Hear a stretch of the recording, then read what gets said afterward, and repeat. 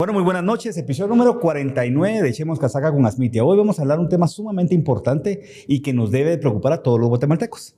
Los famosos derechos humanos. Esa es una cosa que muchos no realizamos, pero en todos los derechos humanos hoy por hoy están en la Constitución Política de la República. Para los que no somos abogados, esto como se entiende es, la Constitución es el pacto colectivo, es lo que nos permite a 18 millones de habitantes con diferentes formas de pensar, diferentes guatemaltecos, vivir en este gran país que se llama Guatemala. Entonces aquí están los derechos humanos. Ahora, el problema es de que cuando uno habla de derechos humanos como que lo mira muy lejos, o tal vez uno lo mira para unas personas sí, pero para otras no. Y para eso invitamos el día de hoy a nada más y nada menos que al fiscal de derechos humanos, al licenciado Noé Rivera. Noé, muy buenas noches. Muy buenas noches, Luis. Gracias por la oportunidad y a la amable audiencia también que se va a interesar en este tema tan importante. Pues para mí es el más importante porque lo último que uno puede perder son sus derechos. Entonces, uno nace en Guatemala y ya nace con derechos. La misma Constitución lo dice, ¿verdad? Definitivamente. O no es así, porque yo sí he visto, y vamos a entrar más a detalle en un futuro, pero que hay derechos para unos y hay derechos para otros, o por lo menos eso es lo que nos ha pasado como guatemaltecos. Unos se pasan por el arco del triunfo las leyes y hasta premios reciben, y otros que somos cumplidores de la ley porque conocemos nuestro marco jurídico y más que todo respetamos a la Constitución, nos dan hasta debajo de la lengua. Entonces es algo que yo quiero llegar a entender y para contarte un poquito, Noé, aquí pues primero es una audiencia diversa. Aquí no somos expertos nadie y aquí lo que hemos dicho en Echemos Casaca es que decimos las cosas frontales, sin filtro alguno, y poniéndole el dedo en la llaga a la gente. Y por eso hoy por hoy nos está invadiendo de nuevo la chute de la iguana, porque son las de las primeras que se conectan. Vos sabías que existen unos que ellos se autollaman exiliados, pero realmente son prófugos de la justicia, así se deben de ver. La iguana ya se había escapado, se metió pues del polvo que no es harina y la pobrecita ya no sabe ni cómo hacer. Hoy se nos mete otra vez porque últimamente, pues creo que nos vas a contar ciertas historias que pasaron con estos prófugos de la justicia, pero quisiera comenzar, Noé, entendiendo por qué te metiste al Ministerio Público. O sea, los que te conocemos, tenemos la dicha de conocerte y de ver tu trayectoria profesional, sabemos que sos una persona conocedora del derecho, que si vos pones tu práctica privada, seguramente te fuera mucho mejor, en todo sentido de la palabra, menos desgaste, menos mediatización, menos, seguimiento y por supuesto más recursos. ¿Cómo paraste en el Ministerio Público? Yo creo que esto es una cuestión completamente filosófica. José Ortega y Gasset decían: su oportunidad solo soy yo y mi circunstancia, y cuando cambia mi circunstancia, cambio yo. ¿Eso qué significa? Que nosotros somos producto de lo que somos producto precisamente de nuestra niñez, somos producto de nuestra historia como tal. Entonces yo nací en el departamento del Quiché. Yo soy cunenense, del municipio de Cunén. Es un municipio muy bonito que está allá por el área del Triángulo Ixchil en Guatemala. Es importante tomar en consideración eso porque vengo de dos padres sumamente trabajadores, campesino mi padre, un líder social, una persona que se dedicaba a buscar servicios sociales para la comunidad en esa época que no había agua, que no había luz, y en esa época que necesitaban defender al país también de las amenazas que se estaban dando desde el punto de vista de la seguridad nacional, entre otros aspectos. Entonces mi padre es ese líder social y esa persona que aglutina, que tiene ese liderazgo, que llama a las personas a defender el municipio, a defender el país, y que de alguna manera también busca el tema de los servicios básicos y la obra pública desde su particular forma de trabajar. Y creo que ese magnetismo y ese liderazgo pues lo da a conocer dentro del municipio. Mi madre es una persona que ayuda a todas las personas, es una persona conocida dentro de la localidad, tiene muchas amistades y como dice un dicho, no da el que tiene, sino el que quiere. Entonces ella, dentro de sus limitaciones, pues trataba siempre de apoyar a todas las personas. Nazco en esa escuela pública, tomo esa refacción escolar que es tan importante, voy al centro de salud donde nos dan también alimentos, crecemos por los servicios básicos y la obra pública. Y entonces en medio de esa situación Y de ir caminando a la escuela, que por cierto llegaba a las 5:30, me metía por un agujero porque la escuela no estaba abierta, pero yo era el primero que estaba en la escuela, porque me interesaba realmente cambiar la situación, me interesaba cambiar la realidad. Porque yo me di cuenta que algo estaba mal. Yo veía a mi alrededor y veía mucha pobreza, veía mucha desnutrición, veía muchas carencias, veía que no teníamos acceso a un pan, a una tortilla, veíamos que el pueblo estaba en una situación trágica. Yo soy producto de la posguerra. Soy producto de la posguerra y por lo tanto me involucro en esta situación del aparato de justicia porque me doy cuenta que tenemos un país destruido, que tenemos un país en condiciones precarias de existencia y tenemos una sociedad completamente polarizada y dividida. Entonces, vengo, le pregunto a mi papá trata de darme algunas explicaciones, pero dentro de todo eso me dice, mire, mijo, usted tiene que ser licenciado en Derecho, usted tiene que crecer y tiene que representar.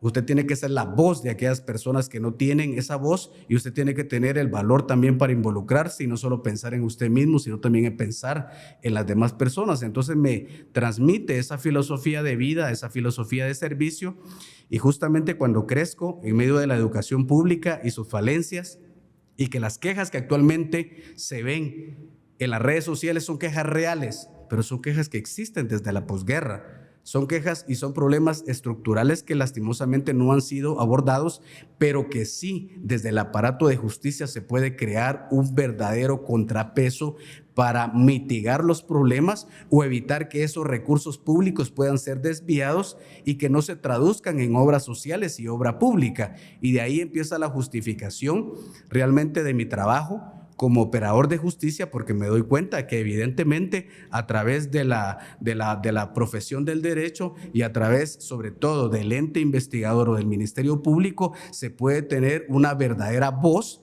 y de una forma sensible se puede escuchar a la persona que está en el caserío, en la aldea, en los lugares más alejados del país. Uno no tiene problemas de ponerse las botas, de ir a esos lugares y decirle a la persona, aquí está el Ministerio Público, ¿qué le pasó? Yo estoy de su lado, no necesito que usted vaya allá, sino yo quiero que usted me cuente lo que sucedió por una vez, porque yo voy a buscar justicia para usted y este agravio y esta situación y esta historia trágica que a usted le pasó no se va a repetir con otras personas porque vamos a tener un mensaje, vamos a tener un disuasivo y le prometo que vamos a obtener no solo una sentencia condenatoria, sino vamos a obtener un resarcimiento, una acción reparadora digna para su persona. Y esa convicción y ese convencimiento que uno tiene es lo que permite conectarse con las personas y que la gente confíe en uno y a partir de ese momento uno coloca sobre sus hombros esa responsabilidad de reivindicar a esa víctima y va a luchar contra un sistema trágico y va a luchar también contra un aparato de justicia que si bien es cierto tenemos que defenderlo porque no existe otro mecanismo para poder dirimir las controversias. Yo creo en el organismo judicial, pero eso no significa que no lo voy a criticar. Y eso no significa que no voy a tener injerencia de forma como profesional para participar y para involucrarme en esta situación de tal manera que podamos mejorar esa realidad, sobre todo en lo que se refiere a la atención a la humanización del aparato de justicia. Porque da la impresión que el aparato de justicia obviamente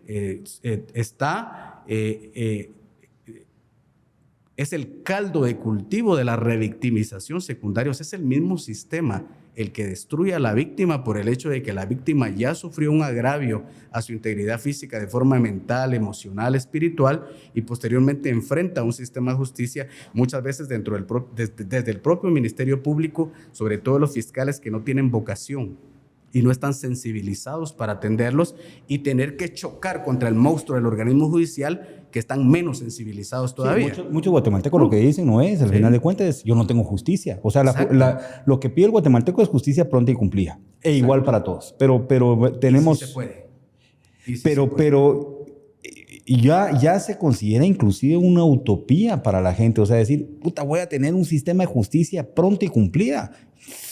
Ojalá lleguemos a eso. Y te preguntaba por qué, y creo que lo dejaste más que claro. Naces de una familia donde hay un liderazgo comunitario, donde hay una vocación de servir. Así es.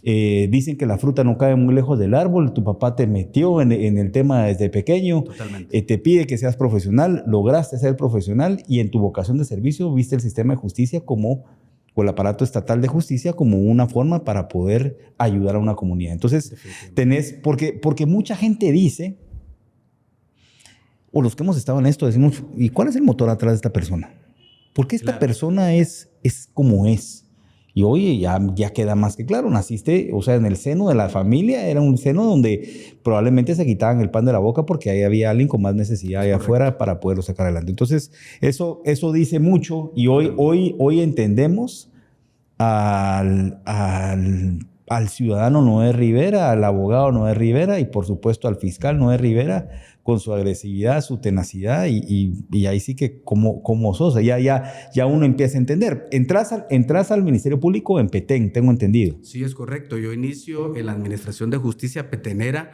Ahí es donde comienzo a caminar por las diferentes aldeas, por los diferentes lugares y empezamos a trabajar eso que ni siquiera en ese momento no estaba en boga, que era el tema de la red de derivación, por ejemplo, que es ese conjunto de instituciones que de forma articulada comienzan a mitigar los efectos de la revictimización. Y antes que existieran todas esas leyes que actualmente nosotros tenemos en donde por lo menos ya se visibiliza a la víctima, nosotros ya creábamos espacios para reducir los problemas con las personas. Imagínese usted ver a una madre que ha sufrido violencia contra la mujer, tener a sus 5 hijos en la fiscalía y tener ese gran calor y está recibiendo el calor del departamento del Petén y yo lo único que podía hacer era conseguir unos banquitos, meterla a la agencia fiscal a esa víctima, sentar a la víctima y a sus muchachitos y ponerle el aire acondicionado. Entonces yo hacía... ¿Qué año era esto? Estamos hablando del año 2009 y para mí es importante esto porque actualmente tenemos muchos modelos realmente de protección. Tenemos cámara GESEL, tenemos área lúdica,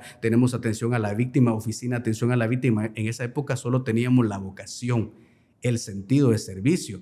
Y entonces ahora que tenemos todas estas instituciones para poder fortalecer el tema de la atención victimológica, lo que tenemos es una generación de personas que no están sensibilizadas y que lamentablemente han perdido la parte humana de la atención a la víctima y que verdaderamente, a pesar de que nuestro liderazgo es claro y contundente en cuanto a la atención de calidad y calidez, lamentablemente ellos, por vocación y por la contaminación cultural y por las redes sociales y por todo el negativismo que tenemos en esta sociedad polarizada, lamentablemente pierden esa visión y esa orientación del gran privilegio que tienen como Ministerio Público de poder realmente brindar una atención de la mejor forma posible y con los recursos que tenemos a la mano. Entonces, dicen que no hay mejor privilegio que servir a la gente más necesitada. Definitivamente. Y eso para unos que hemos tenido la oportunidad de servir, se vuelve un motor inexplicable.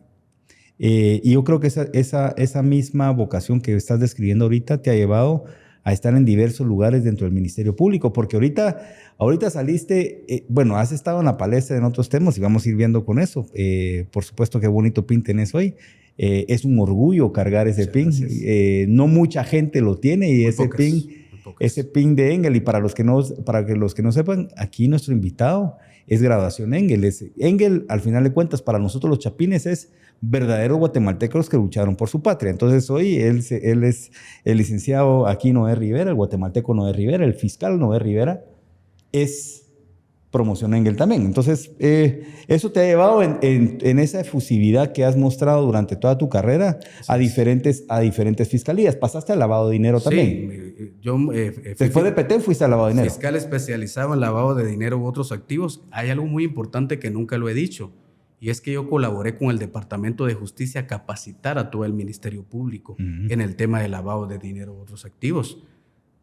Los diplomas que tengo en las postulaciones que he participado están avalados por el Departamento de Justicia de los Estados Unidos de América en la época cuando ellos estaban interesados en colaborar con la justicia. Año 2014. Sí, es que al final de cuentas tenemos que entender que nosotros... pues lo que hacen en Estados Unidos tiene repercusiones ahí. En su momento, entonces, por lo que estoy entendiendo, como decimos en buen chapín, te pusieron hasta una estrellita en la frente, pues. Por supuesto, me premiaban, me daban diplomas como capacitador, como un formador en materia de lavado de dinero a otros activos para impedir que el Estado de Guatemala cayera en una lista negra de países no cooperantes.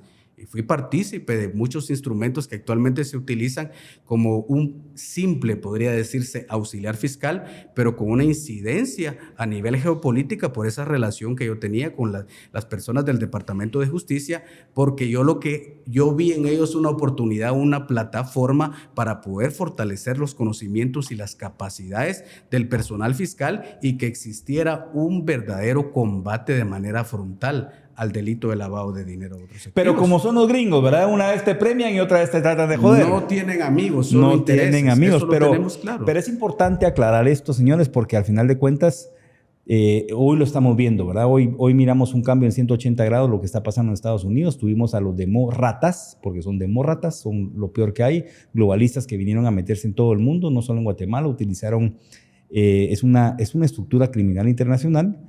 Pero los gringos en su momento premiaron a Noé Rivera y después lo metieron en la lista de Engel. Pero le voy a contar algo.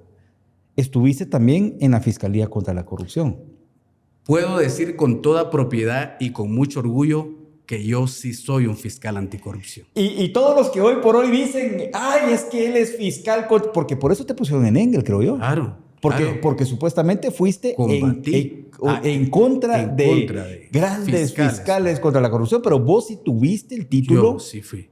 Yo fui fiscal titular, fue mi primer puesto como agente fiscal. Fui fiscal contra la corrupción durante 5 años de manera ininterrumpida, en el cual tuve la oportunidad de llevar a la justicia a corporaciones municipales completas, a muchos funcionarios y empleados públicos, cientos de Policía Nacional Civil también, muchos, o sea, un sinnúmero de personas que cometían delito de cuello blanco, y la parte que más realmente me enorgullece es el hecho que estas personas fueron condenadas. Tengo las sentencias más altas en el Ministerio Público en el tema del desvío de recursos, y eso, en el tema de peculado. Eso verdaderamente es un logro del profesionalismo y del tecnicismo que se llevó a cabo Definitivamente. Porque ustedes, me lo decía, creo que es el secretario general, me decía, nosotros como Ministerio Público estamos siendo auditados constantemente porque las resoluciones de los juzgados dicen si nosotros hicimos un buen trabajo en el acto conclusivo, sí o no. Definitivamente. Una Entonces, sentencia cuenta una historia. Lograste una sentencia, cuenta una historia y vos como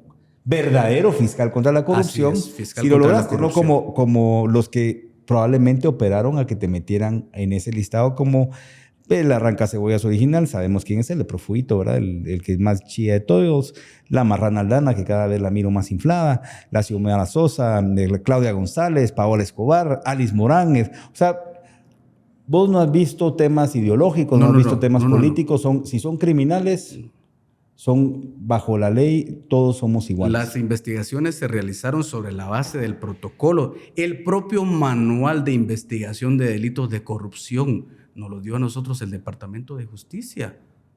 El propio Departamento de Justicia nos dio a nosotros un manual de investigación de delitos de cuello blanco.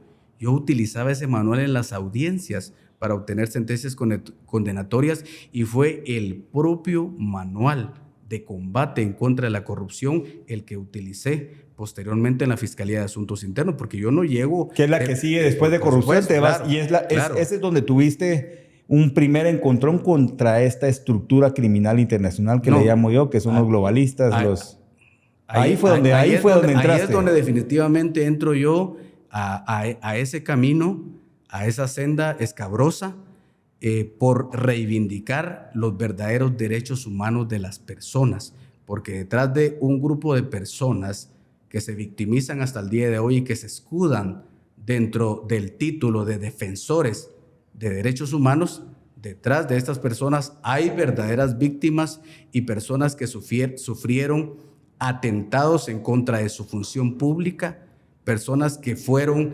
depuestas ipso facto y sin realmente respetarse el debido proceso, y existen personas también de manera individual que fueron víctimas de estos atropellos. Entonces, realmente para poder llegar a esta fiscalía necesariamente tuve que ser y proyectarme como uno de los mejores fiscales anticorrupción dentro de la República de Guatemala, porque con qué conocimiento y con qué capacidad yo podía llegar a imputar a otro fiscal la comisión de un hecho delictivo. Es decir, tenía que tener realmente no solo los arrestos, sino también la capacidad técnica y científica para poder realizar este reproche de culpabilidad. Pero quiero, porque para los guatemaltecos que nos están viendo y que no sabemos del qué hacer, y la Fiscalía de Asuntos Internos lo que es, la Fiscalía de Asuntos Internos lo que investiga es el exceso o el mal uso de una ley, poder o lo que sea dentro del propio Ministerio Público. Para llegar ahí está reservado para los mejores.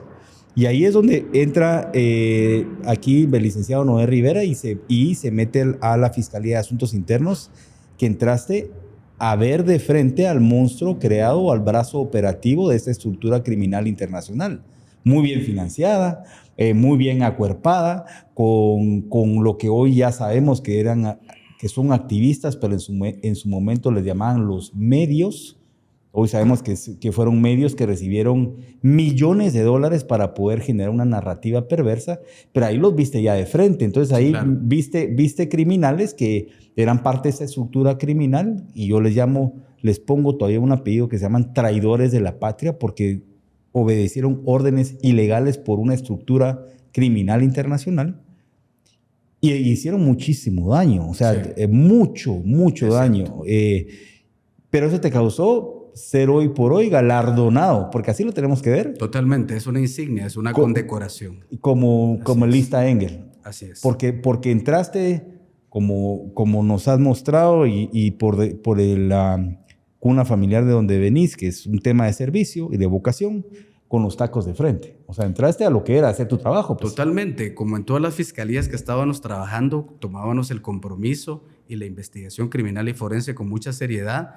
Cuando yo llego, y no quiero olvidar esto porque es muy importante, la Fiscalía de Asuntos Internos es el último eslabón y la última oportunidad que tienen las víctimas en Guatemala para poder reivindicarse de las violaciones a sus derechos. Es decir, si la Fiscalía de Asuntos Internos no existiera, entonces nosotros tendríamos lamentablemente a un Ministerio Público sin control. Y esto es lo que siempre se reprocha por parte de las entidades internacionales, Comisión Interamericana de Derechos Humanos, el propio presidente de la República en su momento lo ha reprochado, y él dice y aduce que el Ministerio Público no tiene mecanismos de control. Entonces, ¿qué pasa con todas esas órdenes de aprehensión que fueron dictadas en contra de exfiscales del Ministerio Público y altos funcionarios del Ministerio Público? Si no existe un mecanismo para controlar el poder dentro del Ministerio Público, ¿qué es entonces la Fiscalía de Asuntos Internos?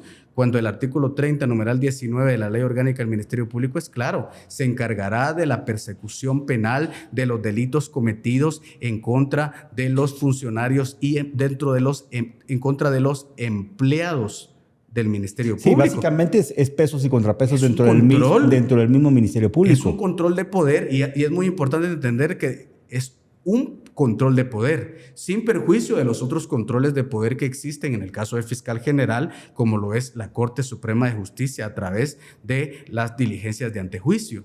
Es decir, sí existen mecanismos efectivos, claro, de control, aparte de la rendición de cuentas que se hace de manera anual ante el pueblo de la República de Guatemala y demás poderes del Estado. Lo que sucede es que los globalistas y los entes internacionales que están cooptados por organizaciones con ideologías desfasadas, esos entes internacionales lo que quieren es siempre seguir recabando millones y millones y millones de quetzales para entrometerse en las decisiones, en los aparatos de justicia en todos los países, porque para ellos es un puesto más. Para ellos no solo es la inmunidad diplomática, sino para ellos es seguir literalmente alimentándose de los recursos que los países cooperantes depositan en una organización internacional. Entonces, y muchas veces lo hacen, como en el caso de la experiencia que tuvimos acá en Guatemala, de la persona que viene acá a capitalizarse de recursos acá en la República de Guatemala y posteriormente va a financiar una campaña política en Colombia. Y ahí vamos a entrar con el narcoterrorista pero vamos, eso es bien interesante. Vamos a entrar ahí porque eso... Ahí una gran violación de derechos humanos. Esa es la Fiscalía de Asuntos Internos. Okay. Una fiscalía que debe responder de manera efectiva a las violaciones a derechos humanos cometidas por los fiscales del Ministerio Público.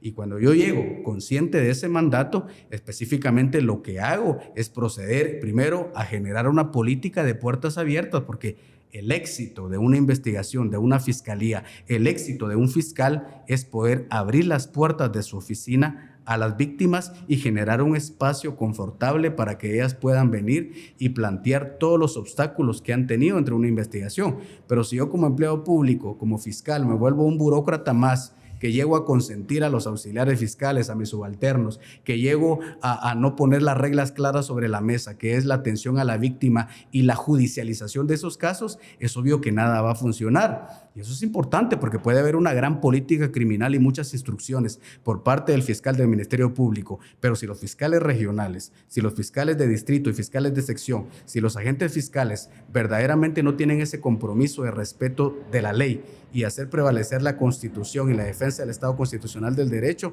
es por gusto a la persona que esté dirigiendo el Ministerio Público y todas las acciones que pueda realizar. Somos más de 10,000 empleados dentro del Ministerio Público.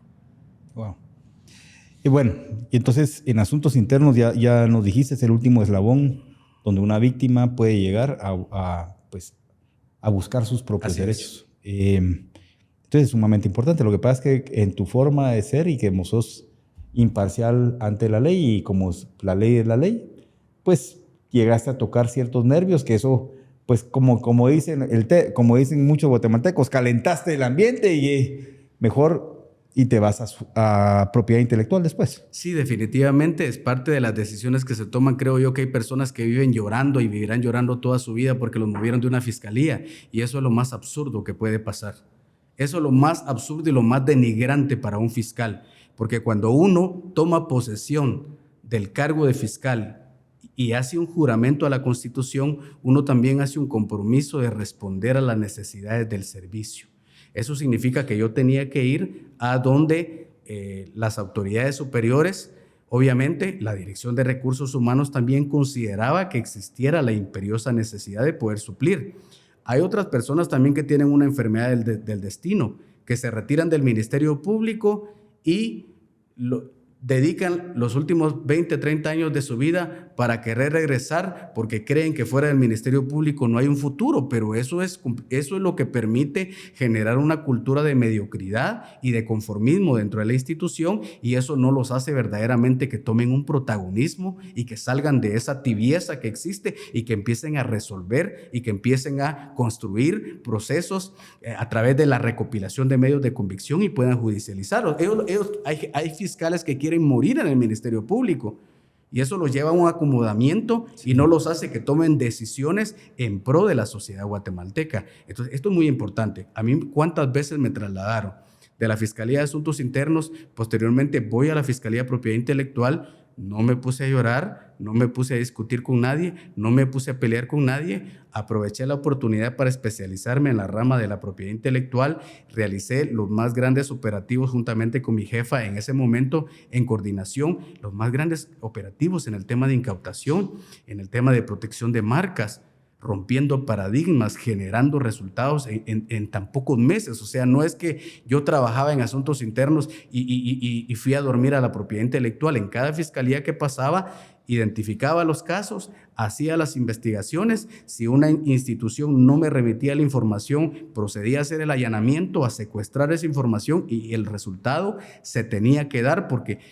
da igual tutelar a una persona humana, a un niño, a un adolescente, como la protección que también merece un empresario, una marca, una patente de comercio. Claro. Es decir, debe existir el estricto cumplimiento a la ley. Ese mismo ímpetu, porque si la justicia no es para todos, no es justicia. Así. Después de ahí, bueno, en esa explicación que des, dice que el puesto no hace a la persona hace el puesto. Totalmente. Y entonces, con la vocación de servicio que has demostrado, pues yo creo que también sacaste muchas cosas en propiedad intelectual. Misco me llama la atención, te fuiste a Misco. Claro, recibo una designación para ir a la Fiscalía Municipal de Misco, me dirijo inmediatamente al lugar y hay algo bien interesante porque es algo que pasa en la República de Guatemala a nivel nacional. Encuentro en la Fiscalía Municipal de Misco 3 homicidios diarios. Me doy cuenta que el ciudadano misqueño se está desangrando y que verdaderamente existe una cultura de violencia enorme porque las pandillas, la Mara 18 y la Mara Salvatrucha, pues tiene de rodillas a la población. Entonces, luego de preocuparme, porque el liderazgo nace de un principio muy importante, una necesidad. Si uno identifica una necesidad en una organización o una institución, el siguiente paso es buscar una plataforma para poder influenciar. Y cuando uno encuentra esa plataforma para poder influenciar, el siguiente paso es la resolución de problemas, porque los problemas tienen que resolverse. Es correcto. Porque aquí en Guatemala vivimos quejándonos de todo el mundo, pero no tomamos un papel activo para poder involucrarnos en la solución de los problemas. Y cuando yo llego a Misco, realizo articulación institucional, lo mismo que hice cuando era oficial, lo mismo que aprendí de mis padres, lo mismo que hice cuando estuve en las distintas fiscalías.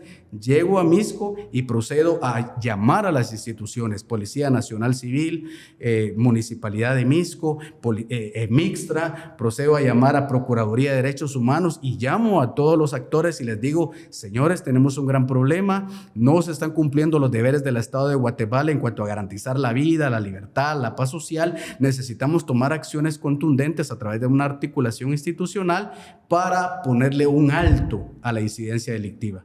Y a través de la política criminal y los estudios de la incidencia delictiva, entonces comenzamos a generar estrategias. Es donde surge la operación Zion, que es una operación que tiene como finalidad golpear la clica de los Little Psycho Criminals del barrio 18 y empezar a perseguir a sus principales líderes. Y como hay algo muy importante, que tengo que decirlo con mucha claridad y espero decirlo 2 o 3 veces en este podcast. Sobre la Constitución Política de la República de Guatemala, solo la voluntad de Dios. Y la voluntad de Dios obró en Misco. ¿Por qué la voluntad de Dios obró en Misco? Porque los principales líderes del barrio 18 empezaron a fallecer. Unos fallecieron en prisión, otros fallecieron producto de otros ataques, ¿verdad? Otros entraron a la iglesia donde estaban congregados y les quitaron la vida, y esos principales líderes del barrio 18 fallecieron. Entonces, no solo es el compromiso institucional, sino también esa mano del Altísimo que también está gobernando, pero para eso Él necesita un liderazgo. Necesita guerreros en esta tierra. Necesita guerreros. Personas que estén comprometidos. Se debilita la clica del barrio 18 y comenzamos con una persecución sistemática en contra de la Mara Salvatrucha y los sicarios organizados y estructurados con mucha plata, con muchos recursos, para empezar a atacar y atentar en contra de los ciudadanos de Misco, y comenzamos a atacarlos a través de la utilización, ¿verdad?, de la metodología de la investigación científica, y comenzamos a atacar y a identificar y a neutralizar. Tan es así que en el mes de noviembre y en el mes de diciembre tenemos un homicidio en cada mes. Después de tener 20, 30 homicidios mensuales, llegamos a tener un homicidio durante un mes y llegamos a pasar muchos días limpios a través de ese trabajo de todas las instituciones. ¿Por qué? Porque si la población decía que se sentía un mal olor en un lugar, el fiscal tiraba la orden, tiraba la información, la policía mandaba a los elementos y cuando los elementos revisaban, resulta que es un gato muerto. Pero si le poníamos atención a un gato muerto y algo tan sencillo que se daba dentro de un barrio, dentro de un callejón, era la misma atención que nosotros le poníamos al tema del procesamiento de las escenas del crimen, que el fiscal sabía que tenía 5 minutos para salir de la fiscalía y para dirigirse de manera inmediata con el acompañamiento de Mixtra, abriendo camino para poder procesar de manera inmediata la escena del crimen, y cuando llegaban a ese lugar, la Policía Nacional Civil estaba haciendo una valla protegiendo el escenario criminal y cada uno de los casquillos que estaban en ese lugar estaban intactos, esperando el momento para ser recabados e iniciar el respectivo el procesamiento de la escena del crimen. Pero se necesita técnica, se necesita liderazgo, autoridad, disciplina, voluntad, más allá del deseo de que le paguen a uno su salario a fin de mes. Se necesita deseo de dejar un legado, y la ley del legado aplica de manera perfecta en Misco, porque se demostró que verdaderamente cuando existe una lucha frontal y una visión de Estado, y no solamente como institución, existe la posibilidad de poder realizar cambios radicales dentro de cualquier municipio, cualquier departamento y cualquier lugar. Entonces yo creo que la experiencia de Misco a mí lo que hizo fue fortalecerme y empoderarme y demostrar verdaderamente que sí existe la posibilidad de poder garantizar los derechos humanos de las personas y la parte más importante, poder evitar la pérdida de vidas humanas. Sí, yo creo, y a eso quería llegar, y gracias a tu labor de Misco, tu liderazgo, tu conocimiento, tu agresividad y tu compromiso, se salvaron vidas guatemaltecas. Claro. O sea, salvaste vidas guatemaltecas como un fiscal en una fiscalía que la daban, pues ahí estaba, ¿verdad? Pasando el tiempo, como muchas instituciones Sí, claro. en Guatemala. Así hiciste es. propio tu rol, coordinaste, que eso es lo más difícil en el estado, Sí, sí. en un estado, en la gestión pública, es coordinación interinstitucional. Es correcto. Y fuiste y salvaste vidas, lo cual por eso me quería caer a Misco, porque lo que denotaste en Misco es una verdadera vocación de servicio y que al final de cuentas se tiene que hacer absolutamente todo por el bienestar del guatemalteco. Y ahí sé que tal vez hay casos muy, muy relevantes que no querés mencionar, pero yo me enteré de casos donde pues entraste a escenas del crimen que no se miran ni siquiera en las películas. Sí, es correcto. Decapitaciones, miembros cortados. O sea, señores, Guatemala verdaderamente la está pasando muy mal.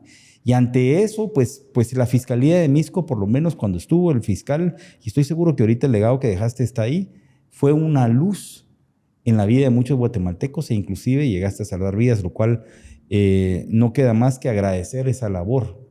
Claro, es un mérito de las instituciones que participaron y creyeron en el liderazgo, porque la clave de todo en este país es el liderazgo. Si la cabeza está mal, toda la organización va a estar mal. No digamos si tenemos acéfalo que ni cabeza tiene el cabrón, pero concuerdo con vos. O sea, sí, al final de cuentas, llegaste, ejerciste tu labor, viste, o sea, tu responsabilidad, coordinaste y hiciste todo, y hoy es una luz en un municipio muy oscuro por la criminalidad Sí, que claro. impera y por la falta de liderazgo del resto de instituciones. Y después caíste en Derechos Humanos, que es donde estás ahorita. O sos el fiscal de Derechos Humanos del Ministerio Público. Sí, yo creo que esto no es una situación, yo entiendo perfectamente que es parte también de la voluntad de Dios por una sencilla razón. Cuando me especialicé en el tema del derecho, elegí el derecho constitucional precisamente por lo que te estaba diciendo. Yo siempre he creído y fui formado en una escuela de constitucionalistas como Rafael Godinos Bolaños, como Luis Ernesto Cáceres Rodríguez, como René Arturo Villegas Lara, ¿verdad? Como Adolfo González Rodas, como Aníbal González Dubón, grandes constitucionalistas guatemaltecos que nos enseñaron verdaderamente un gran legado de la defensa del Estado constitucional de derecho y sobre todas las cosas la defensa de la institucionalidad del país. Y esto es bien importante porque hay muchos traidores en este país.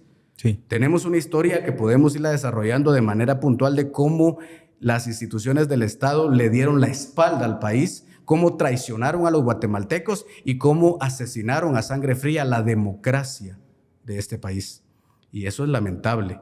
Entonces, como constitucionalista, la primera enseñanza que nos dieron al momento de estudiar el derecho constitucional y los derechos humanos es el hecho que el poder público tiene como única y harta obligación el respeto de los derechos humanos. O sea, los derechos humanos no son de las personas. Los derechos humanos no son de los funcionarios o empleados públicos, perdón. Los derechos humanos son de los ciudadanos, son de los habitantes. Claro que el funcionario público, como funcionario público, pues también tiene derechos fundamentales, obviamente, porque el funcionario público, más allá de ser un funcionario público, también es una persona humana. Pero la parte más interesante de todo eso es que todo el pacto social o constitución política gira en torno precisamente a los derechos fundamentales. Entonces, de ahí viene mi línea, mi corriente de pensamiento, que es eminentemente justnaturalista, y actualmente estamos trabajando y estudiando una corriente de neoconstitucionalismo, que es precisamente el desarrollo de las normas constitucionales a través de los principios y valores. Es decir, vamos más allá de todo eso, pero lo estamos haciendo porque es obvio que la constitución política fue promulgada hace 40 años, y es obvio que esa constitución política se tiene que adaptar con el transcurso del tiempo con la finalidad de poder generar una mayor protección efectiva de los derechos fundamentales. Y ahí es donde nace precisamente esas corrientes de pensamiento en las cuales he sido formado, y precisamente esa postura, el tema de la defensa del orden constitucional, es la que me permite señalar algunas instituciones que quisiéramos mencionar en su momento que evidentemente le fallaron al pueblo de la República de Guatemala y le fallaron al Estado guatemalteco en su función de tener que proteger esos derechos fundamentales. Yo quisiera, si me permitís, porque el tema de derechos humanos es muy amplio, pero al final de cuentas, señores, es sumamente importante, es al final de cuentas todo, es nuestra libertad. Ahí en la Constitución está establecido, no para los funcionarios, como dice aquí el fiscal de derechos humanos, es para todos los guatemaltecos, para ti, para mí, para todos. Lo que pasa es que primero no los conocemos, los exhorto a que lean la Constitución Y segundo, pues no los ejercemos y han habido traidores a la Constitución que hoy por hoy son, y como siempre lo he dicho, aquí van a salir los nombres. Quisiera yo hablar 3 etapas, si me permitís. Claro. Preconstitución actual, la Constitución fue por la última Asamblea Nacional Constituyente, año 86, 85-86. Así es. Y es el conflicto armado interno, que tiene repercusiones en los derechos humanos. Sí, después, claro. Posterior a la Constitución, que es el tiempo de la CICIG, con 3 comisionados, pero principalmente con el narcoterrorista de Iván Velázquez Gómez y los traidores de la patria que lo rodearon. Y la tercera es el fraude electoral, porque el sufragio es un derecho constitucional. Totalmente. Que se debe de respetar, al igual de elegir y ser electo. Entonces, eso es importante porque es lo que probablemente muchos de los guatemaltecos que han visto este programa y pues siempre le metemos el dedo a la llaga de que dejó Iván Velázquez, pero también hay uno muy importante y lo mencionábamos aquí con un gran militar que también se metió a la abogacía, que es Moisés Galindo. Sí, cómo no. Con Moisés Galindo hablamos del tema del conflicto armado interno.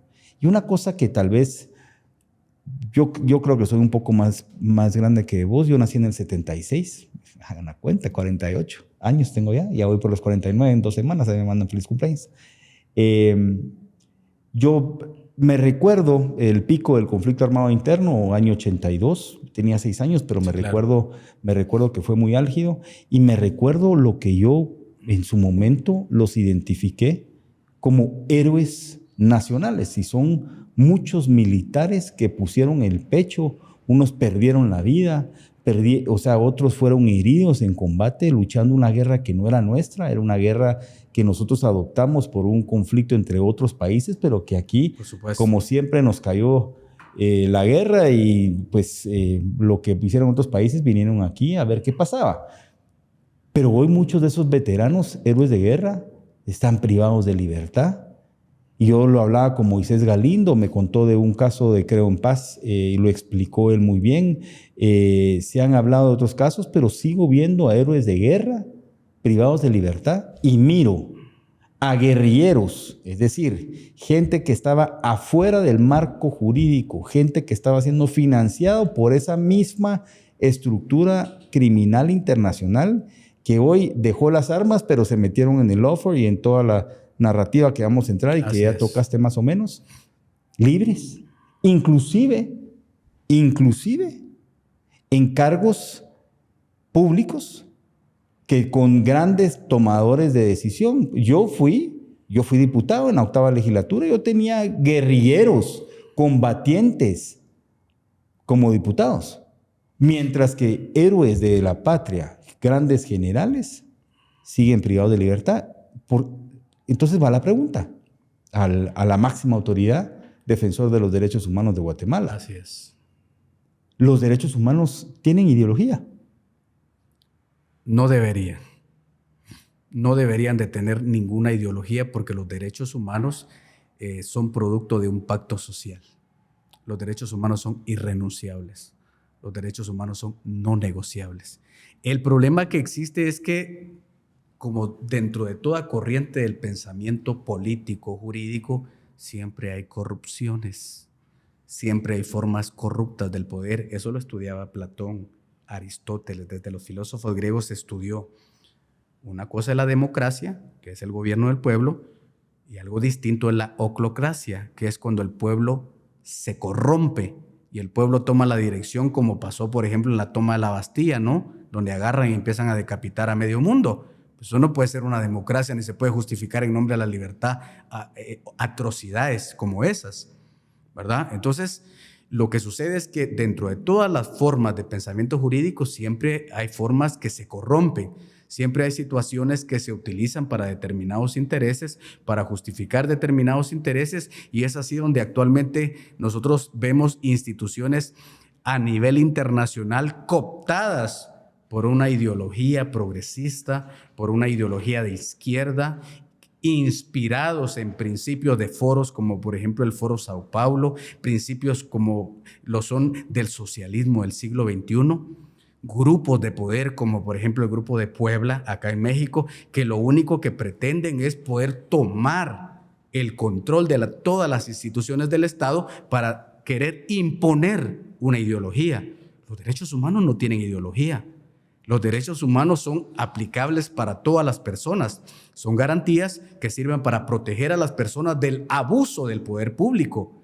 Entonces, ¿qué es lo que sucede? Que estas instituciones y organizaciones con ideologías desfasadas se incrustan dentro de las distintas organizaciones, tanto nacionales como internacionales, con la finalidad de poder imponer su propia agenda. Y ahí es donde de alguna manera se puede considerar que estas organizaciones son un atentado en contra de los derechos fundamentales por la sencilla razón que siempre aterrizan en una dictadura. Siempre aterrizan en un gobierno despótico. Por eso vamos a ver los países que están gobernados por el socialismo del siglo XXI. ¿Hay garantías? ¿Hay derechos humanos?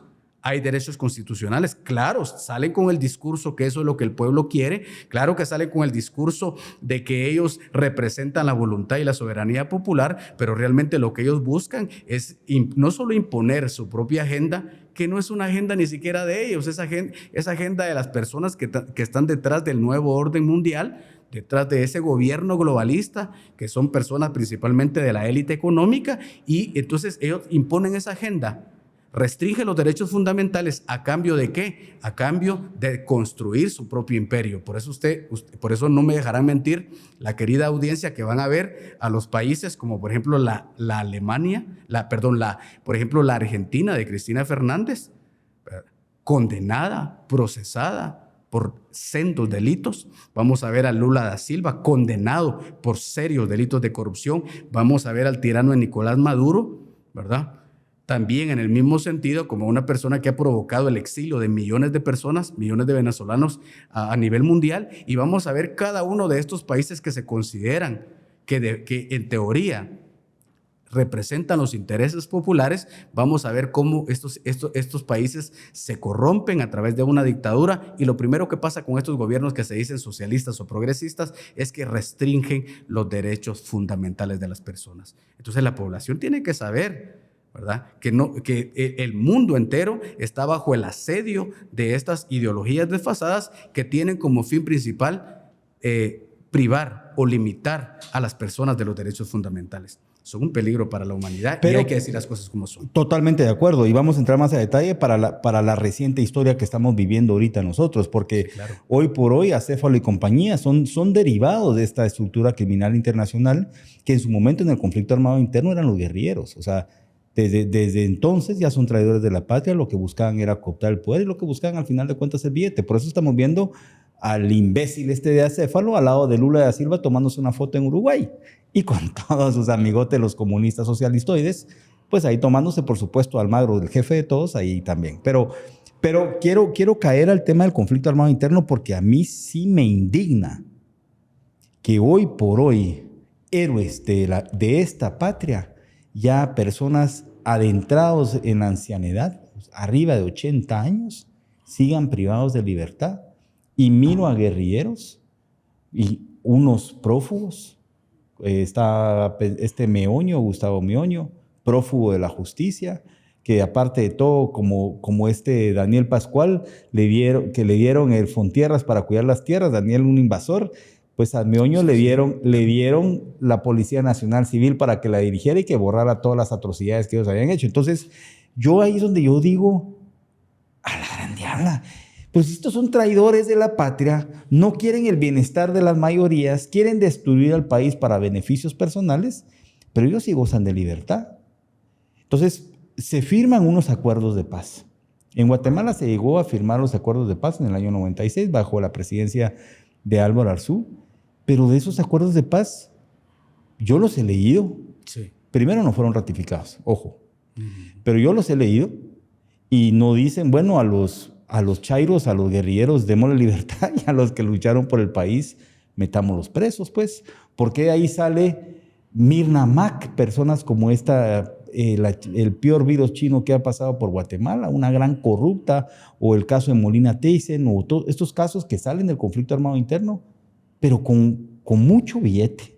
Porque aparte todos son buenos para cobrar y libres. ¿Por qué pasa eso, fiscal? O sea, al final uno como guatemalteco se frustra, pues. Sí. Definitivamente debiera ser el sentir de un gran grupo de la población, porque específicamente el hecho de la Guerra Fría tenía como fin último, tenía como espíritu el hecho de polarizar a los países, polarizar a las naciones, y en efecto en Guatemala el que más sufrió fue el guatemalteco de a pie, porque realmente no fue tanto la matanza que pudo darse entre ejército y los frentes guerrilleros, sino que fueron las poblaciones civiles finalmente las que recibieron los ataques y los embates precisamente de este enfrentamiento que se da. Pero es muy importante, sin entrar en materia de que si es un conflicto armado interno, que si es una guerra, porque esto es una discusión demasiado compleja, de poder determinar qué categoría pudo haber tenido este conflicto o este fratricidio que se dio acá en este país. Sin entrar en materia de esta situación, lo que yo sí pude visualizar es de que al momento de negociarse el tema de los acuerdos de paz, porque acá es donde yo de alguna manera centro el tema de la responsabilidad, porque yo he hablado de articulación, he hablado de consensos interinstitucionales. ¿Por qué? Porque es necesario que existan verdaderos liderazgos que puedan defender un interés. Yo defendí en su momento, en estas historias que estoy contando, los intereses del Ministerio Público. Y lo que sucedió en este caso es de que los actores o las personas, los actores de poder que intervienen en esa negociación, pues el problema que pasa es de que dejan cabos sueltos. Hay muchos cabos sueltos, lamentablemente, dentro de la situación de posguerra. Hay cabos sueltos, por ejemplo, en el tema de la ley de amnistía, ¿verdad? Que es una situación que se tiene que entrar a analizar, que se tiene que entrar a discutir. En este caso, tenemos un tema muy importante como es la Ley de Reconciliación Nacional, que, quiero decirlo públicamente, seguramente fue elaborado con una persona que jamás en su vida había tenido el mínimo conocimiento jurídico. Una ley pésimamente redactada que me da la impresión que fue redactada adrede, porque a través de la Ley de Reconciliación Nacional se concede extinción de la responsabilidad penal para un catálogo de delitos. Pero es tan pésima la forma que fue redactada esta ley y tan poco interés que ha tenido también para todas las comisiones de derechos humanos del Congreso de la República de Guatemala. Ha tenido tan poco interés para ellos que no se han preocupado realmente para verificar que la Ley de Reconciliación Nacional pudo haber sido la panacea para evitar toda esta polarización que se está dando actualmente. Entonces lo que pasó es que se firma aparentemente los distintos acuerdos de paz, los distintos acuerdos de paz, porque son varios acuerdos de paz, y dentro de ese proceso de negociación, evidentemente, no se toman las mejores decisiones para poder garantizar o para poder establecer que posterior a suscribir esos acuerdos no iba a existir una venganza o un revanchismo por parte de los grupos que intervinieron en este conflicto. Claro, hay una situación muy importante y es que en principio nosotros en la política de derechos humanos del Ministerio Público tenemos un principio bien claro. Si una persona de un frente guerrillero ataca o atacó a una persona de una organización militar, a partir de ese momento Fiscalía de Derechos Humanos no tiene ninguna injerencia, porque la Fiscalía, el Ministerio Público y los tratados y convenios internacionales de derecho internacional humanitario, de derecho penal internacional, no incluyen o no regulan las situaciones o los agravios que pudieran darse entre una persona de un frente armado y una persona del Ejército de Guatemala. ¿Por qué no regula esta situación? Porque la persona que estaba uniformada y que tenía un fusil en la mano sabía que su deber era disparar en contra de la otra persona que también tenía un fusil. Y si la otra persona se rendía, sabía que su deber era no matarlo, sino que su deber era tomarlo en ese momento como prisionero y respetar los derechos de conformidad con las convenciones de Ginebra 1, 2, 3 y 4. Entonces existía toda una regulación en ese sentido. Lo que sucedió, como ya se indicó, es de que posterior a los acuerdos de paz, estos grupos se reorganizaron y estos grupos obviamente se reestructuraron a través de periodismo, a través de activismo, a través de participación política de diferente tipo, y entonces el tema de la cooptación no solamente se da dentro de esos espacios de lo que hoy denominan la sociedad civil, sino que también esa cooptación se da en el marco del aparato de justicia. Y ahí está el problema. Cuando una persona con amargura, con resentimiento, con odio, con traumas, llega al aparato de justicia, la primera mentalidad que va a tener y la primera acción que va a tomar es tomar venganza. Sí, ya y no es imparcial, represalia ya por no lo es que pudo haber imparcial la pasado. justicia, así es. Imagínense. Es un arma. La sociedad civil actualmente grita y dice que los fiscales del Ministerio Público intervinieron en el proceso de elección de cortes porque participaron. Es decir, la sociedad civil no quiere que nadie participe, pero fácilmente permitió a la sociedad civil que personas con interés directo en el conflicto armado interno se incrustaran en el aparato de justicia, y actualmente están gritando y están reclamando que por qué ya no están ellos administrando este tipo de justicia especializada, porque ellos eran las personas que tenían el conocimiento, no, lo que tenían el resentimiento, que tenían el interés, que tenían el deseo de destruir y el deseo de vengarse de esa situación que pudieron haber dado.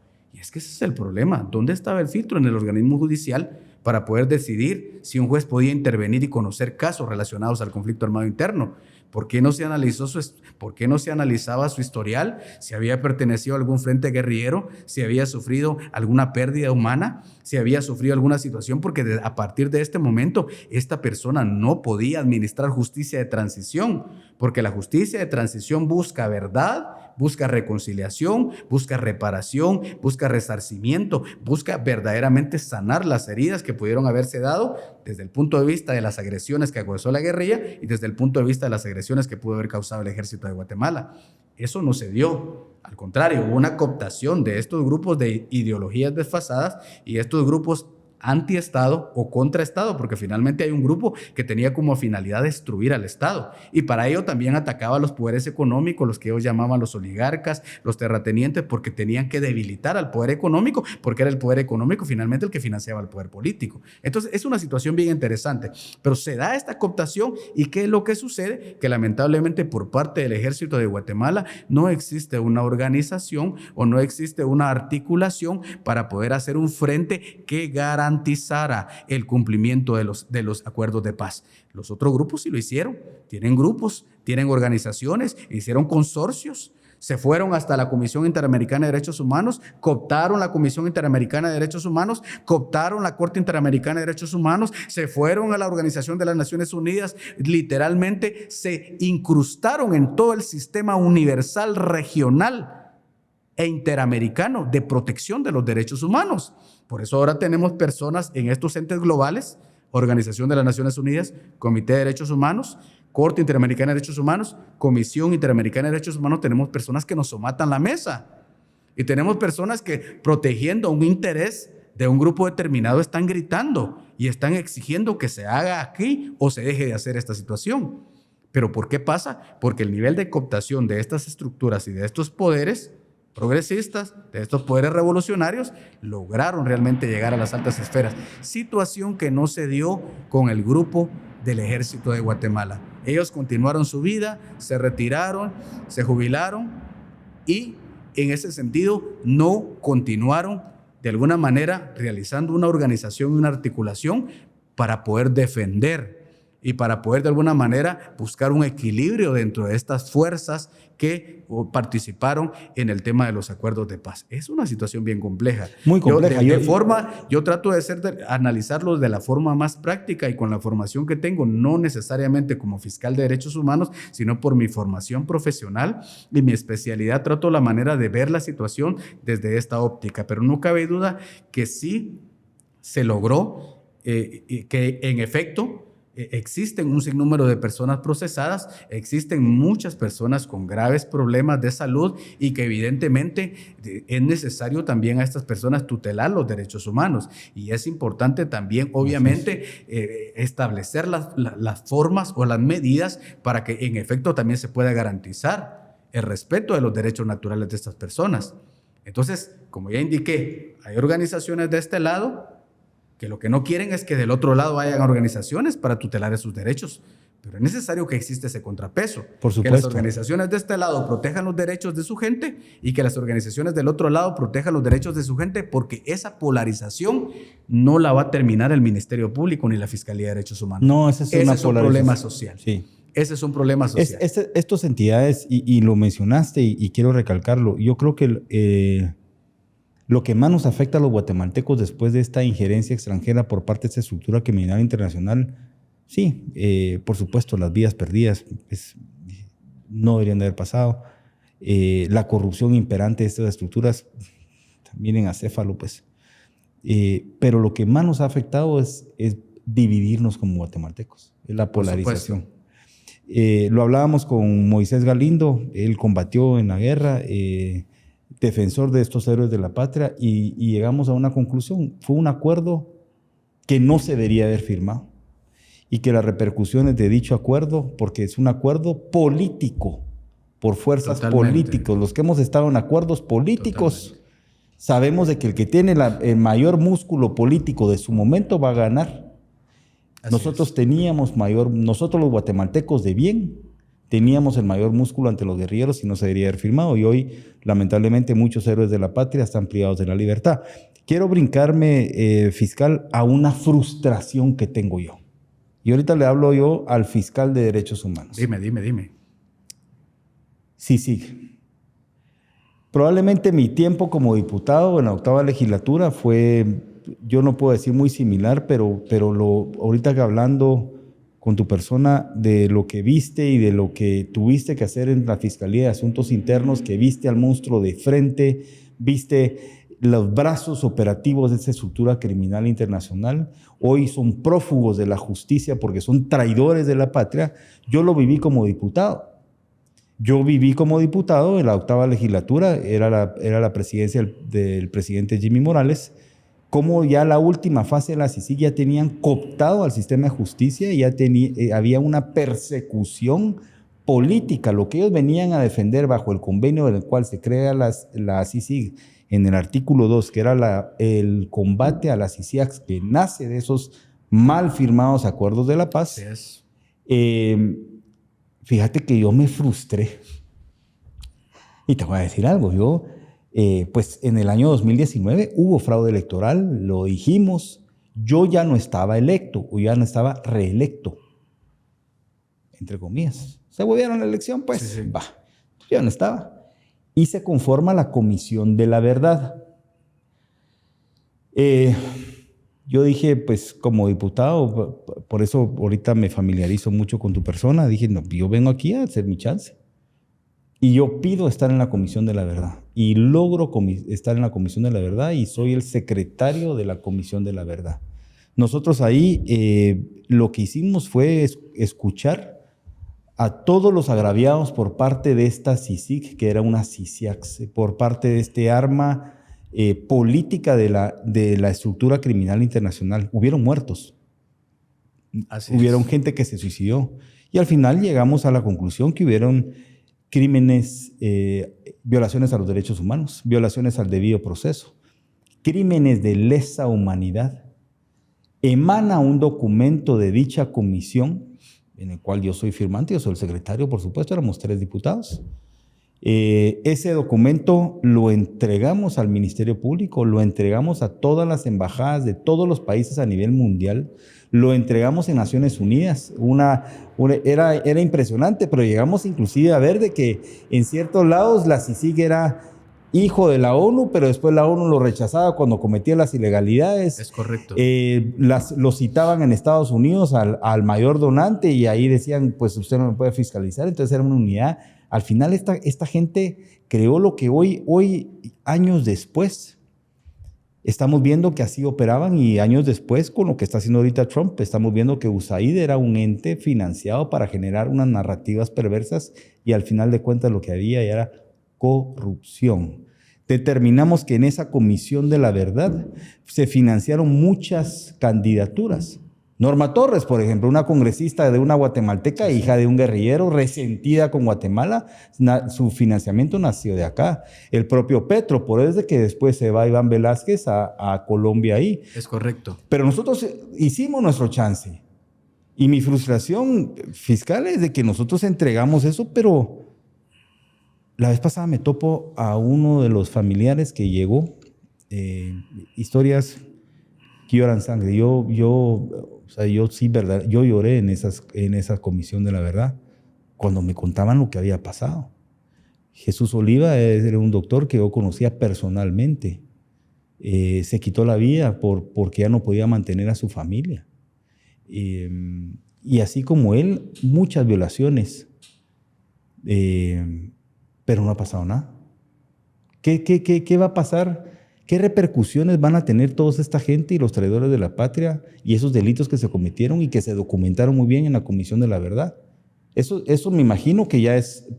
Nosotros hicimos bajo la Constitución, porque también no nos trataron de votar. Dijeron, no, el monopolio de la investigación no tiene el Ministerio Público, es correcto, pero el Congreso tiene potestad de hacer una comisión de investigación. Claro. Entregamos los documentos, entregamos los delitos, pero a la fecha no se ha visto nada.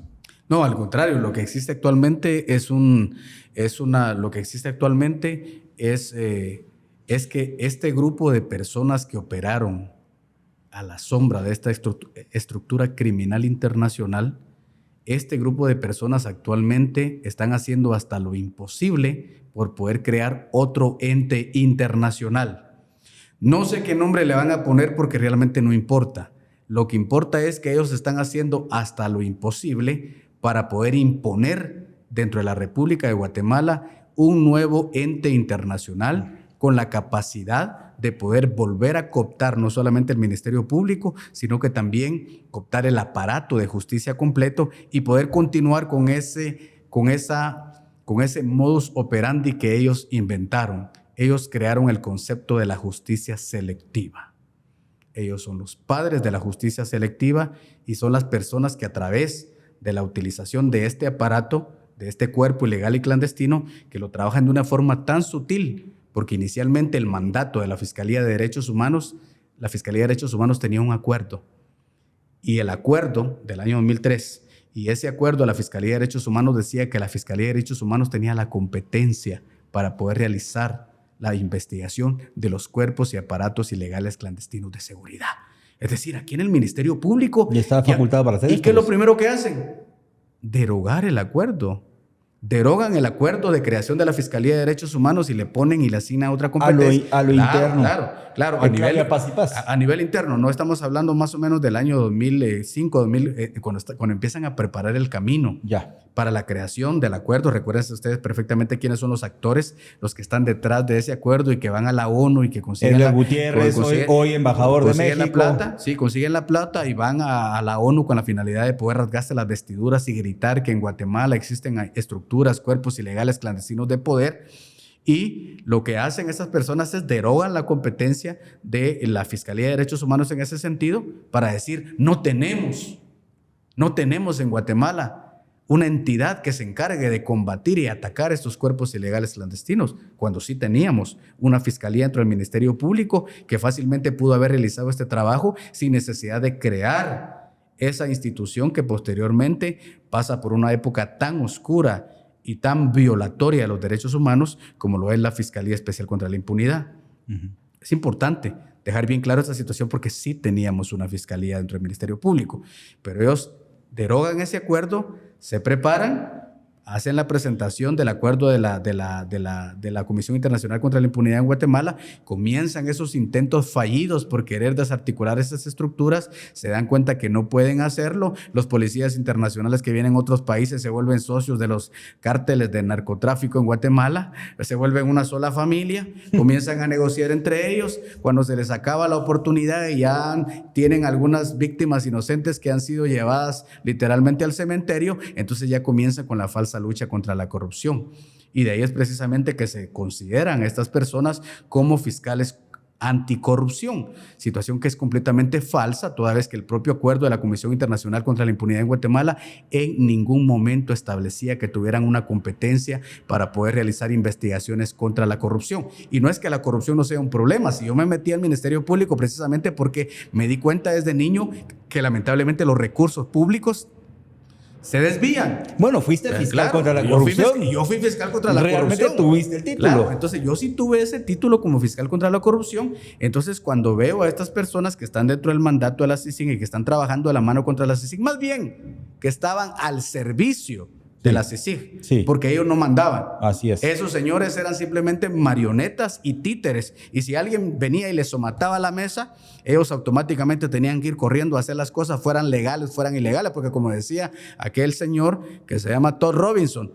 la soberanía es lo último que interesa, ¿verdad? Entonces, él que decía que la soberanía es lo último que interesa y que el día de hoy le quiero dejar mi frase al señor Todd Robinson para que lo escuche allá en su alcoba donde está y anda en sus chancletas por allá en su césped, para que escuche el señor Todd Robinson que aquí en Guatemala nada es superior a la Constitución, solo la voluntad de Dios. Así que él tiene que tener bien claro que en este país, mientras hayan profesionales y personas como vos, Luis, personas como los guatemaltecos de a pie que creen en esto, personas como los movimientos que están todos los días trabajando para poder frenar las ilegalidades que se están llevando a cabo dentro del aparato de justicia y dentro de esta administración actual, esas personas, mientras existan esas personas y pongan la cara por este país, no va a haber un extranjero que pueda venir a proferir nuevamente esas palabras. Porque sin soberanía y sin constitución, este país no existe. Nosotros no somos guatemaltecos, somos cualquier cosa menos guatemaltecos. Así es. Sí, mucha. Hay que hacer un programa de la CICIG. Bueno, entonces pasemos al más actualidad. Claro. Hubo en Guatemala, aquí tuve la oportunidad de hablar con la fiscal Leonor Morales. ¿Cómo no? Ella nos hace todo un relato cronológico con pruebas.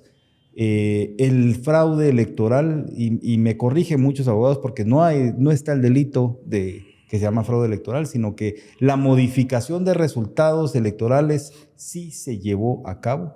Tenía mucha esperanza por parte del Estado de Guatemala cuando hacen esa conferencia, famosa conferencia en diciembre año 2023, donde muestran una conferencia larga, 3 horas, muestran la evidencia por parte del Ministerio Público y dije, bueno, no van a tomar el control, el poder, porque yo sabía que como yo fui diputado, yo me enfrenté con los mismos que hoy por hoy están usurpando el poder.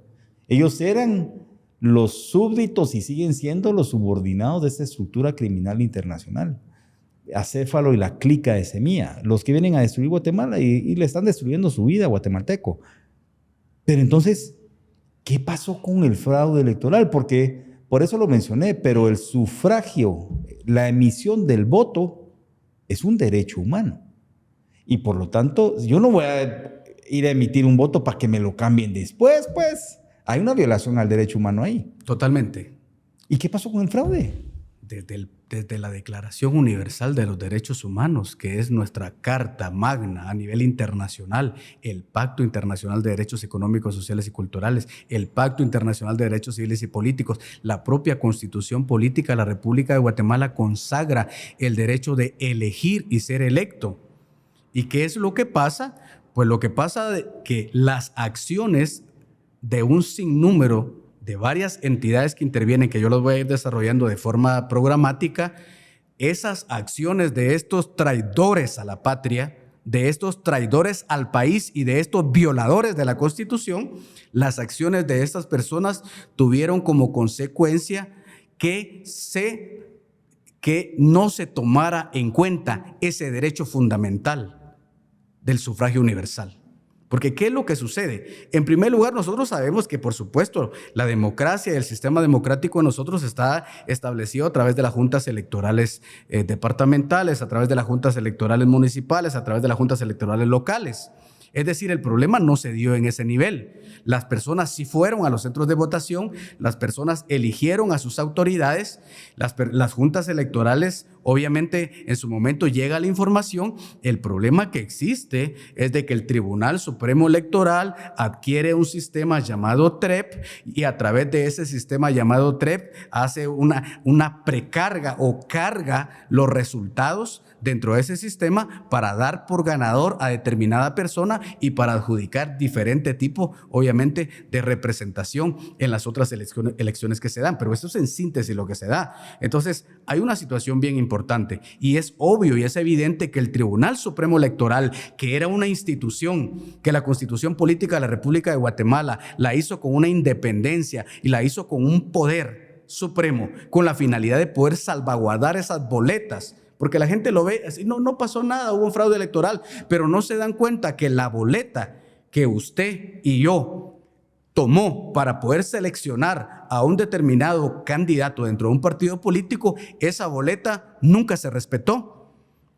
Y ese voto y ese derecho humano fundamental de la persona que llegó no se tomó en cuenta. Por eso he estado últimamente discutiendo este tema en cuanto a que considero como ese acto de traición cometido por el Tribunal Supremo Electoral, yo los considero a ellos como los primeros autores materiales e intelectuales de la muerte de la democracia.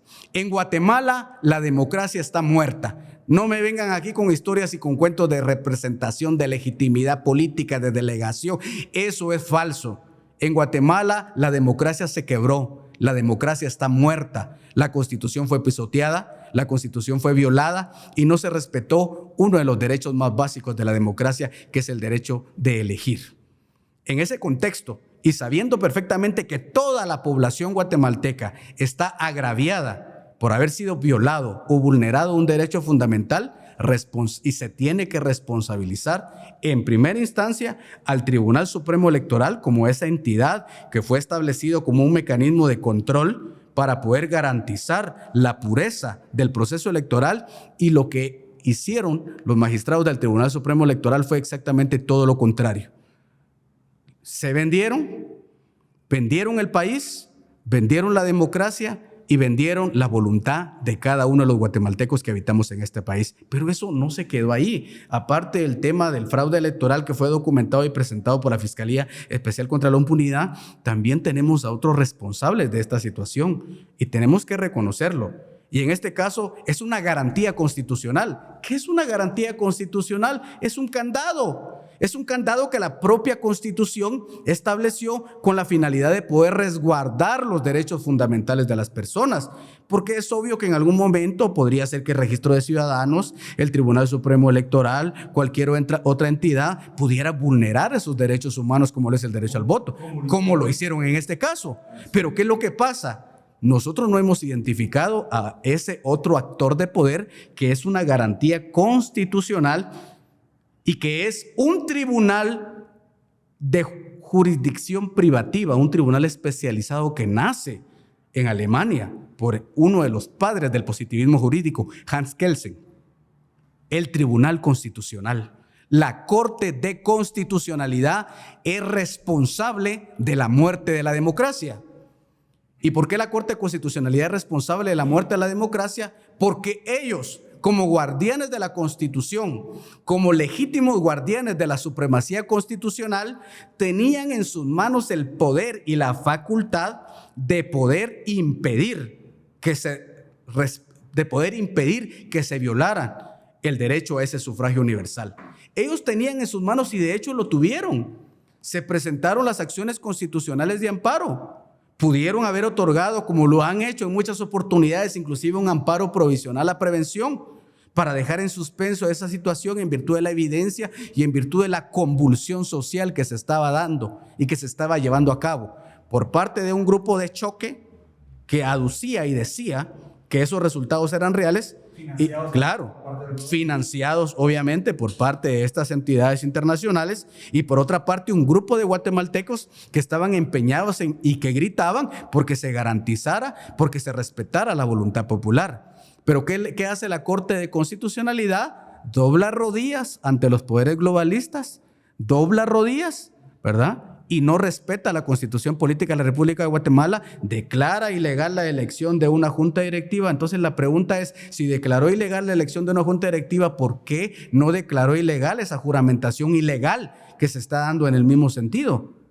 O sea, es decir, esto sí está... No puede juramentar a un presidente si no está legal el presidente del Congreso. O sea, pues, eso está mal, pero esto no está mal. O sea, no se puede hacer, es que no hace sentido. Y claro, yo lo entiendo como constitucionalista.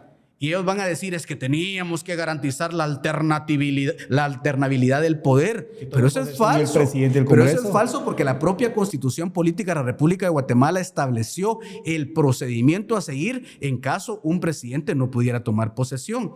En ese caso, en caso de ausencia de presidente o falta de presidente, a partir de ese momento la Constitución estableció que el presidente del Congreso de la República de Guatemala debía asumir esa función, debía ser juramentado y posteriormente convocar, obviamente, las respectivas elecciones. Y ahí, la Constitución estableció el camino para defender el orden constitucional.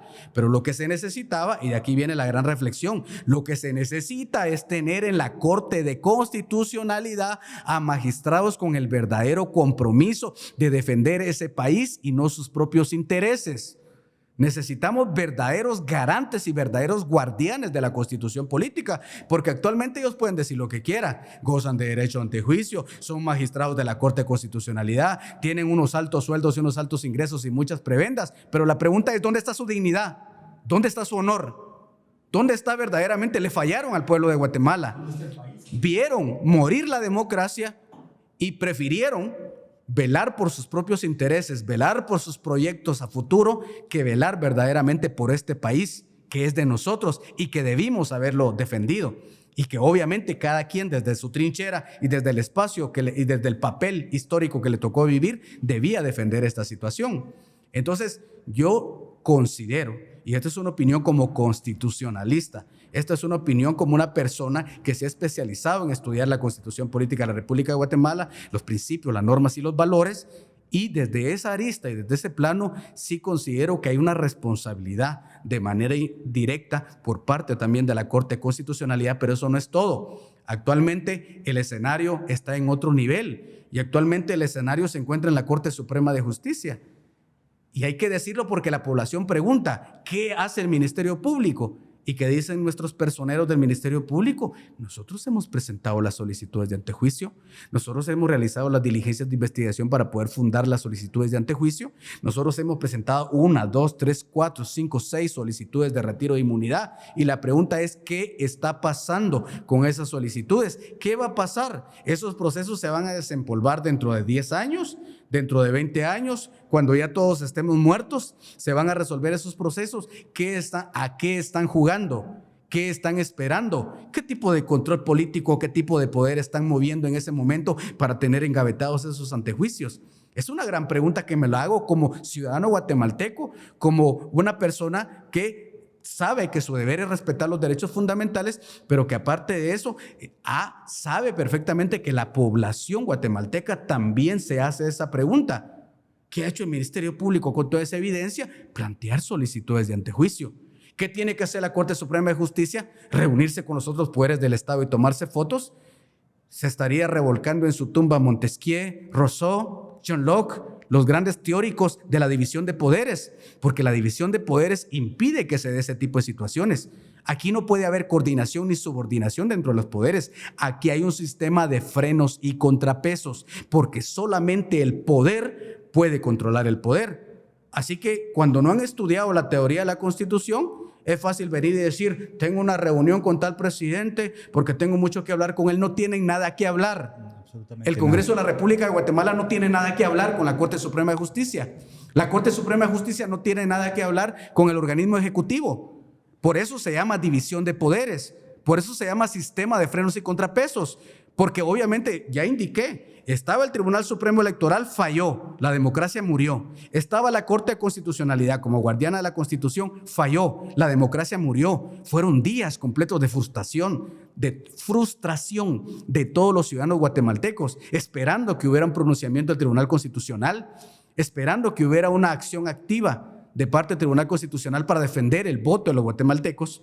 Pero no solo es eso, también está una Corte Suprema de Justicia que en la presente fecha es responsable, obviamente, de tener que entrar a conocer esas solicitudes de antejuicio. Y la gran pregunta que se hace, y esto se hace como ciudadano guatemalteco, y el grito que hace el ciudadano guatemalteco es: ¿para cuándo?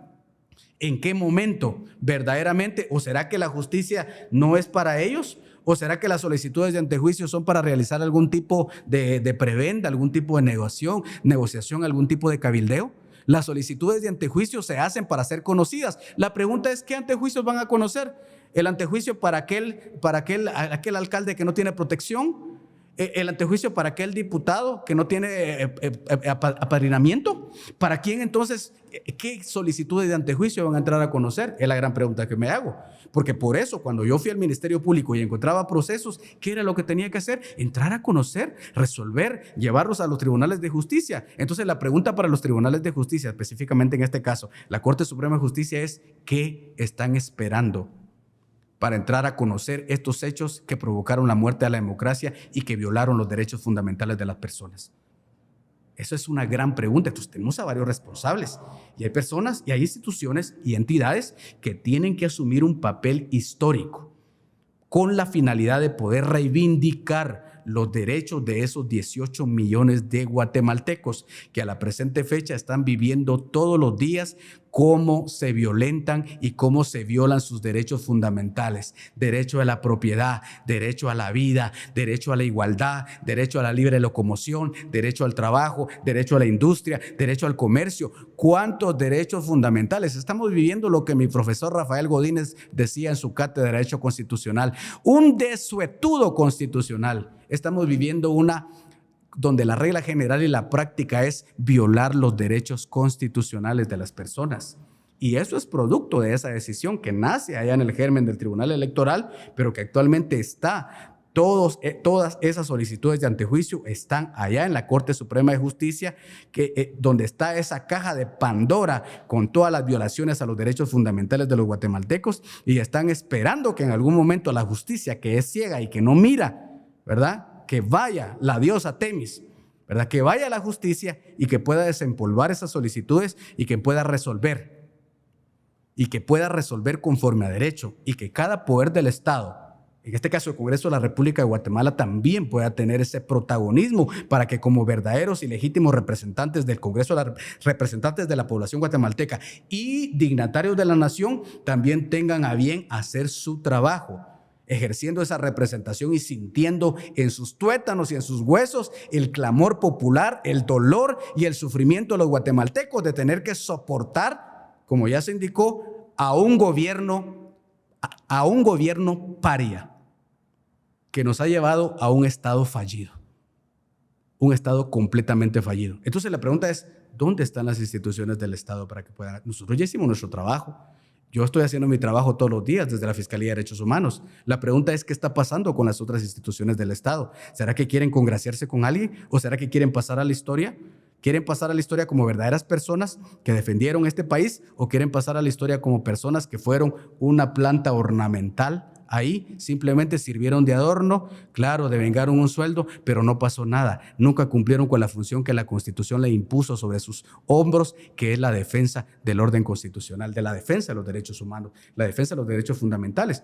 Entonces, es un tema muy importante que desde la arista de los derechos fundamentales puede ser muy discutido.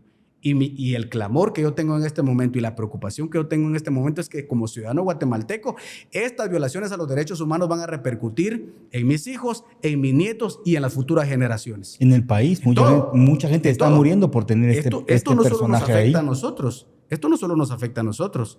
Es una situación que le afecta a todos los guatemaltecos, que le va a afectar a nuestros hijos, que le va a afectar a nuestros nietos. ¿Por qué? Porque precisamente el tema de la aristocracia, el tema de lo que el propio filósofo Aristóteles teorizó, que tenían que ser los mejores, aquellos que se dedicaran al gobierno, a la política. El propio Aristóteles ya lo teorizó. Tienen que ser los mejores y la única forma de establecer quiénes son los mejores es a través de la democracia. Pero si la democracia ha muerto, ¿qué nos depara en el futuro? Absolutamente nada. Y ante todo esto, porque hemos hablado de violaciones de toda índole a todos los derechos humanos, la pregunta del millón, señor fiscal, es, ¿existen derechos humanos en Guatemala? Lamentablemente, todos los días sí existen en la Constitución política. De manera formal existen, pero lamentablemente se están vulnerando todos los días. Lamentablemente se están vulnerando todos los días debido a que el poder público no es legítimo. ¿Por qué digo que el poder público no es legítimo? Porque el tema del fraude electoral no es un tema de organismo ejecutivo. Es un tema del Congreso de la República de Guatemala también. ¿Por qué? Porque una persona con la capacidad de representación pudo haber llegado al Congreso de la República de Guatemala, una persona con méritos pudo haber llegado al Congreso de la República de Guatemala, y el fraude electoral dio lugar a que entrara otro grupo de diputados que no representa a nadie.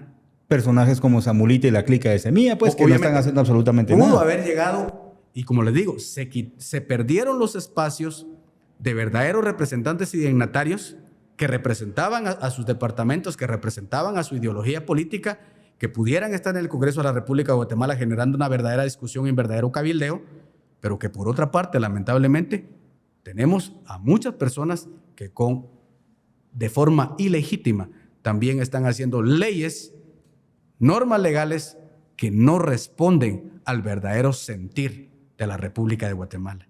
Y es una realidad. Lo único que existe, de alguna manera, cada vez que se promulga una ley de esa naturaleza, lo único que existe es un sentimiento, ¿verdad? Es un sentimiento de frustración al entender que un Estado constitucional de derecho que inicia desde el preámbulo de la Constitución, invocando el nombre de Dios, invocando que se garantice la vida, invocando que se respete los derechos humanos, la legalidad, que se respete la herencia de nuestros antepasados, que se respeten las tradiciones de este país, la visión. La visión de este país, lo que sucede es que se están haciendo leyes que solamente responden a intereses creados por estos grupos en particular.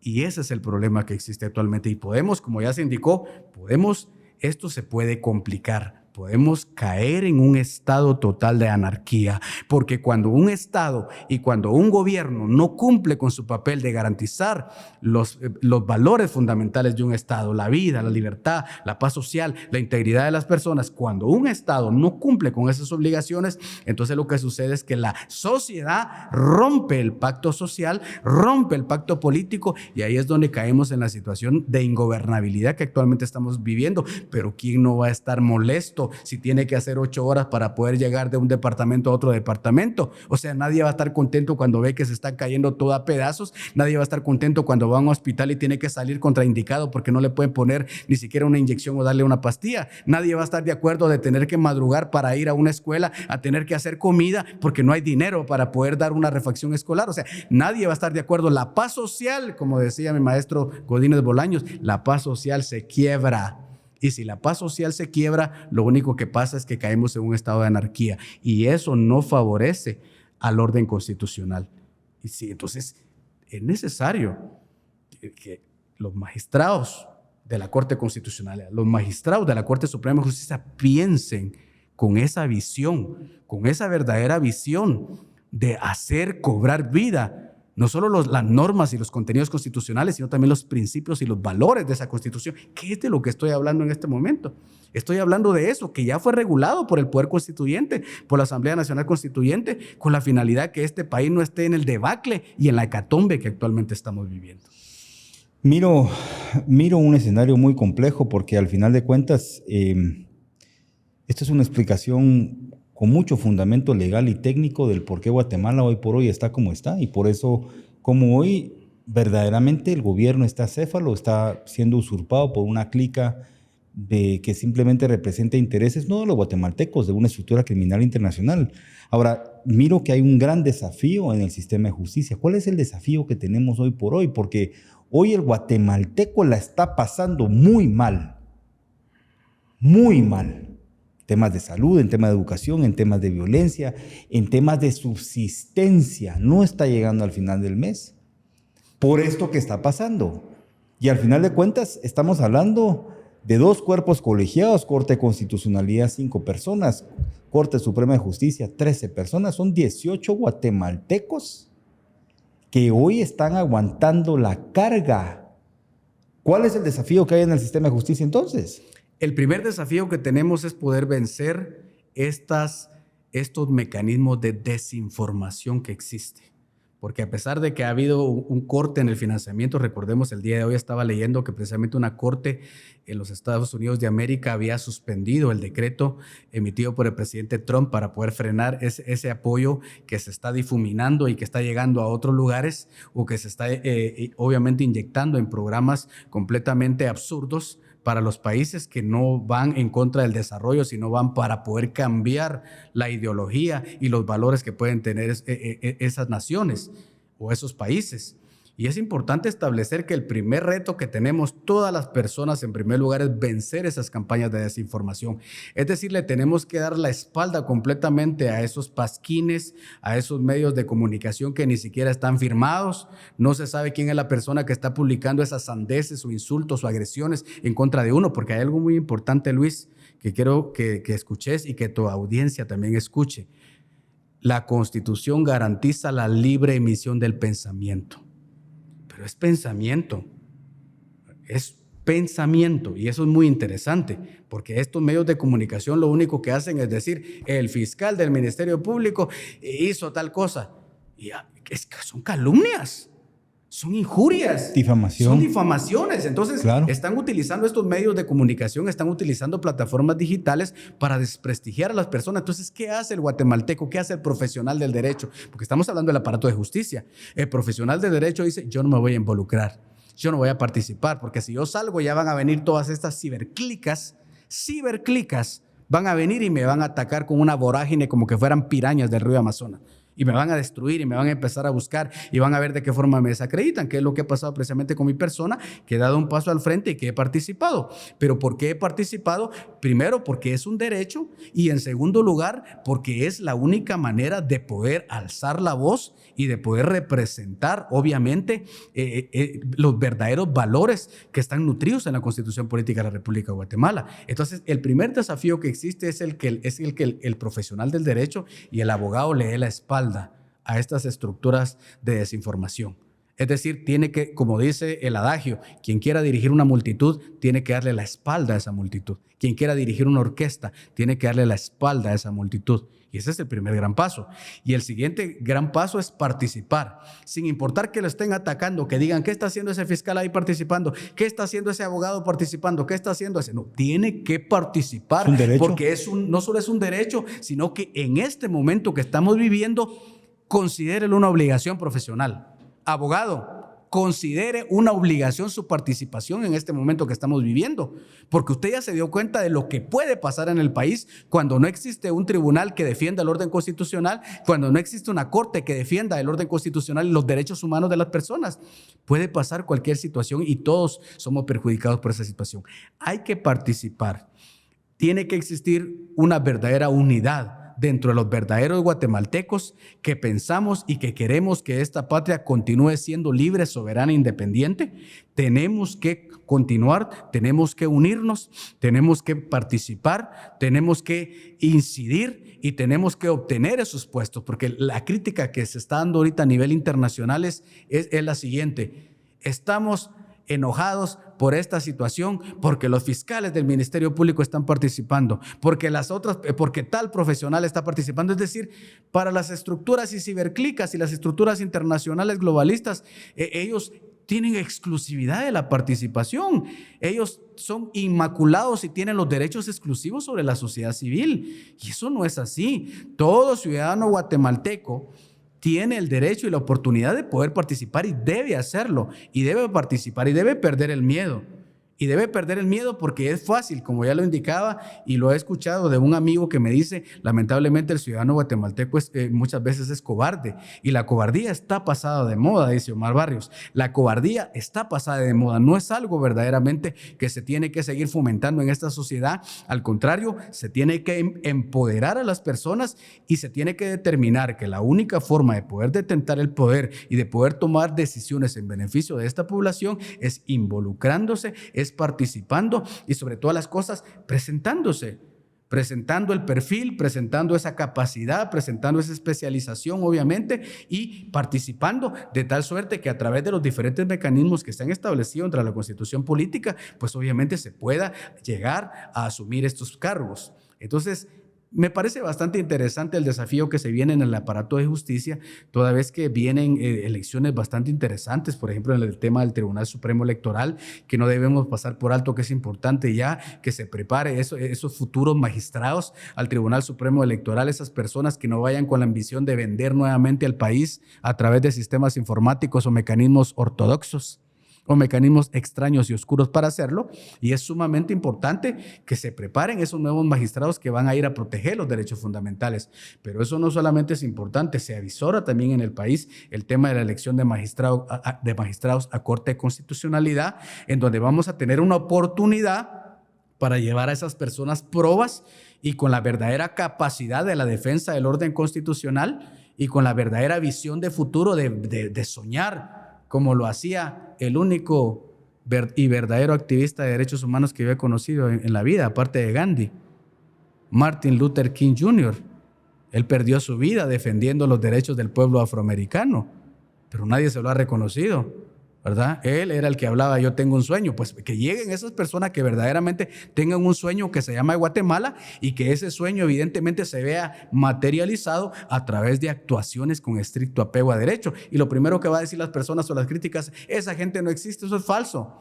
Sí existen buenos fiscales, sí existen buenos jueces, sí existen buenos diputados, existen buenos abogados. Es decir, sí existen esas personas, pero esas personas tienen que salir de ese plano del anonimato y de esa apatía y tienen que involucrarse en estas decisiones del país. Y si ellos son funcionarios públicos y tienen como finalidad intervenir en decisiones que tengan que frenar las arbitrariedades y los derechos humanos, tienen que hacerlo. No piensen solamente en su reelección, que no piensen solamente en el apoyo que pudieran tener, sino que piensen que tienen que dejar un legado para demostrar que la institucionalidad de este país funciona y que podemos seguir viviendo bajo el techo de esta Constitución Política de la República de Guatemala, sobre la cual solo está la voluntad de Dios. Futuro del MP. Yo miro ante esta triste realidad de Guatemala y estas instituciones vendidas y estos guatemaltecos que cuando uno llega a situaciones de poder lo tiene que ejercer bajo el mandato. Uno toma juramento bajo la Constitución, se debe de cumplir la Constitución y siempre respetar sus principios y valores. Pero hoy, en esa oscuridad, así como fuiste una luz en la Municipalidad de Mixco, con lo que nos comentaste, hoy existe una luz y se llama el Ministerio Público. O sea, miro en esa dicotomía, en esa polarización de la población, miramos a unos delincuentes que están usurpando el poder, están destruyendo el país, y miramos a un Ministerio Público pues, que está cumpliendo su labor, punto. Pero ¿cuál va a ser el futuro del Ministerio Público? Existe un plazo. ¿Qué miras en el futuro del Ministerio Público, Noé? El futuro del Ministerio Público está sobre los hombros de los fiscales regionales, de los fiscales de sección, de los agentes fiscales, de los auxiliares fiscales, de los oficiales de fiscalía.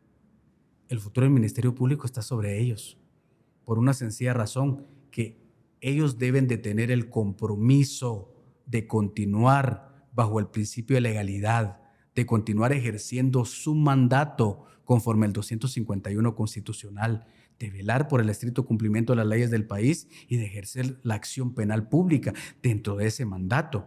¿Por qué? Porque puede venir o puede pasar lo que suceda. Pueden designar a un fiscal general X o Y con una carga demoníaca ideológica o con una ideología desfasada. Pero si los fiscales del Ministerio Público actúan conforme a derecho, existe una garantía de que se pueda continuar sirviendo a la población guatemalteca con calidad y calidez, como dice la actual administración. Esto es importante. Así que ya basta de gatopardismos fiscales regionales. Tenemos que quitarnos la máscara, fiscales de sección, fiscales de distrito. Tenemos que quitarnos la máscara de la tibieza, de estar viendo, mejor no voy a hacer nada aquí porque no voy a hacer que caiga mal, mejor no voy a hacer aquí porque voy a lastimar esos intereses, mejor no voy a hacer aquí. No. Esa tibieza no le funciona a nadie, no le funciona al país, esa tibieza no cumple con la ley. Entonces, el futuro del Ministerio Público depende del compromiso y de la lección que hayan aprendido los actuales fiscales del Ministerio Público para continuar llevando adelante a la institución. Realmente nosotros no sabemos qué puede pasar en el siguiente mandato, pero lo que sí sabemos es que si seguimos actuando conforme a la Constitución y las leyes del país, hay garantía para todos los ciudadanos. Pero si caemos nuevamente en el tema de la justicia selectiva, si caemos nuevamente en la trampa de la justicia ideologizada y la justicia sesgada, si caemos nuevamente en el derecho penal del enemigo y el láufar, el activismo judicial, si caemos nuevamente en esa trampa y si nos prestamos a repetir esa historia trágica y esa herencia oscura que nos dejó la CICIG, si volvemos a caer nuevamente en esa tragedia, las consecuencias y las responsabilidades serán para nosotros los fiscales por los próximos 25 años. Así lo establece la Constitución. Seremos juzgados. Si no procedemos conforme a la ley, seremos juzgados. Así que el mensaje es directo para mis señores y señoras fiscales regionales, que no se emborrachen de poder y que no crean que por estar en ese puesto ellos pueden abusar del poder, emborracharse del poder y eso va para todos los funcionarios del Ministerio Público, tienen que proceder conforme a la ley. Puede haber una transición el siguiente año dentro del Ministerio Público, pero lo importante es que si los fiscales del Ministerio Público se someten a la Constitución y las leyes del país, la ciudadanía guatemalteca puede tener la garantía que no van a ser perseguidos ilegalmente, que no van a ser despojados de sus bienes ilegalmente. Creo que la Constitución y las leyes del país es la única garantía, y sobre todo que los fiscales, como ya indiqué, si todavía están ambivalentes, si todavía no han tomado la decisión de tomar ese papel protagónico que hemos hablado en este podcast, si no han tomado ese papel protagónico de llegar, de causar una verdadera transformación y no simplemente de violar los derechos humanos de los trabajadores, de abusar del cargo, de alguna manera de abusar, de tratar mal al fiscal del Ministerio Público, porque detrás de un fiscal que maltrata, puede haber un jefe maltratador también. Y ese no es el ejemplo que nosotros hemos recibido de nuestras altas autoridades. Si hay un fiscal que está maltratando a un usuario, hay que analizar, porque puede haber un jefe que está infringiendo maltrato, que está infringiendo acoso laboral también, y eso es una situación que se tiene que analizar. Es importante que los fiscales del Ministerio Público, desde los más altos hasta los más bajos, en jerarquía, pongan las barbas en remojo y piensen qué es lo que quieren el día de mañana para la población, en sus agencias en municipio, en sus fiscalías municipales, en sus fiscalías distritales y regionales. ¿Qué es lo que quieren para la población guatemalteca? Depende de ellos. Que puede venir un fiscal general y puede decir: ahorita, señores, me capturan, me agarran a fulano, a fulano, a mengano, a perencejo. ¿Por qué? ¿Por qué delito, señora fiscal? Por el delito que usted quiera. ¿Cuál marrana Claro, andana? sí, No. exacto, ¿me entiende? Pero si no hay personas que se presten a esas ilegalidades, entonces la población puede dormir tranquila. Entonces yo creo que todo está sobre los hombros de ese cuerpo de fiscales que tienen que seguir sosteniendo la institucionalidad o enfrentar las consecuencias por los próximos 25 años por las ilegalidades que pueden cometer. Ya vamos a ir terminando, Noé. Te quiero hacer una pregunta, porque ha sido muy enriquecedor todo lo que nos has contado, y más enriquecedor tu trayectoria profesional y cómo te expresas de una forma tan efusiva en el cumplimiento de lo que hoy por hoy es nuestro mayor pacto social, que es la Constitución. Viendo para el pasado, ¿te arrepentís de algo? Creo que me arrepiento de no haber operativizado más casos, porque hubiera habido más víctimas resarcidas. La verdad se hubiera revelado de una forma más amplia. Creo que me quedé con un hondo desosiego. Ahí está la Comisión de la Verdad, que es una de alguna manera, de mis sueños frustrados. La Comisión de la Verdad, que es un monstruo que necesita una fiscalía especializada, que necesita un grupo especializado de personas para trabajar a tiempo completo para poder reivindicar la memoria histórica de este país. Me quedé con un hondo desosiego porque lo vi, lo encontré, ahí estaba en la Fiscalía de Asuntos Internos, y hasta el día de hoy es una de las grandes deudas pendientes de esa fiscalía. Y como le digo, traté de resolver todos los casos que pude haber resuelto, y si volvieran a hacer y se repitiera la historia, resolvería más casos, correría más, me desvelaría más, asumiría un mayor compromiso, me enfrentaría a los poderes diplomáticos de una mayor fuerza, me incluirían en 50, en 60 listas más, porque de alguna manera la satisfacción de ver a las víctimas siendo reivindicadas, la satisfacción de ver a las personas reconociendo que hay autoridad, que hay ley, que hay Ministerio Público, que hay tribunales de justicia, esa satisfacción no se la quita nadie a uno. Es una satisfacción realmente que no tiene comparación. Entonces, en ese sentido, me arrepiento de esa situación. Creo que hubiera podido obtener más condecoraciones, ¿verdad? Hubiera podido dar más que hablar, pero con lo que hasta este momento pues Dios nos ha ayudado, yo creo que podemos todavía seguir trabajando dentro del Ministerio Público o fuera del Ministerio Público. El compromiso con el país existe, no tengo miedo. Las estructuras criminales, las ciberclicas, esas entidades con ideologías desfasadas, estas entidades, estos grupos que están afuera tratando la manera de insultarnos y querernos hacer la vida imposible, no cabe duda que están esperando que en algún momento Noé Rivera se vaya al Ministerio Público. Yo les digo, yo no pasaré toda mi vida llorando porque me fui al Ministerio Público. Yo no pasaré peleando con todos los fiscales del Ministerio Público porque me fui al Ministerio Público. Seré una luminaria que donde quiera que esté voy a pelear y voy a defender los derechos de las personas, y voy a obviamente seguir seguir trabajando por el país. Así que yo creo que me tienen más contento dentro del Ministerio Público. Entonces les recomiendo a estos amigos que están desde el extranjero gritando que el fiscal Noé Rivera se vaya al Ministerio Público, yo les digo, me tienen mejor ahí dentro del Ministerio Público, porque si salgo del Ministerio Público voy a tener una gran bendición. Ya no voy a ser empleado público, así que no voy a estar más, ya me voy a desligar del 152 al 156 de la Constitución, que es la regulación del poder público, y me voy a enfocar en el artículo 5 de la Constitución, libertad de acción. Entonces voy a hacer lo que la ley no me prohíbe. Entonces ya no me van a poder tildar que soy un fiscal del Ministerio Público, que no puedo decir nada, que no me puedo defender, que no puedo hacer un alegato, que no me puedo constituir querellante adhesivo en un proceso. Voy a tener una libertad y verdaderas alas de águila para poder seguir peleando por esta institucionalidad y seguir contrarrestando. Porque hay un adagio muy importante que tiene mucha verdad. El mal triunfa solo cuando la gente buena no hace nada. Así que tenemos que organizarnos.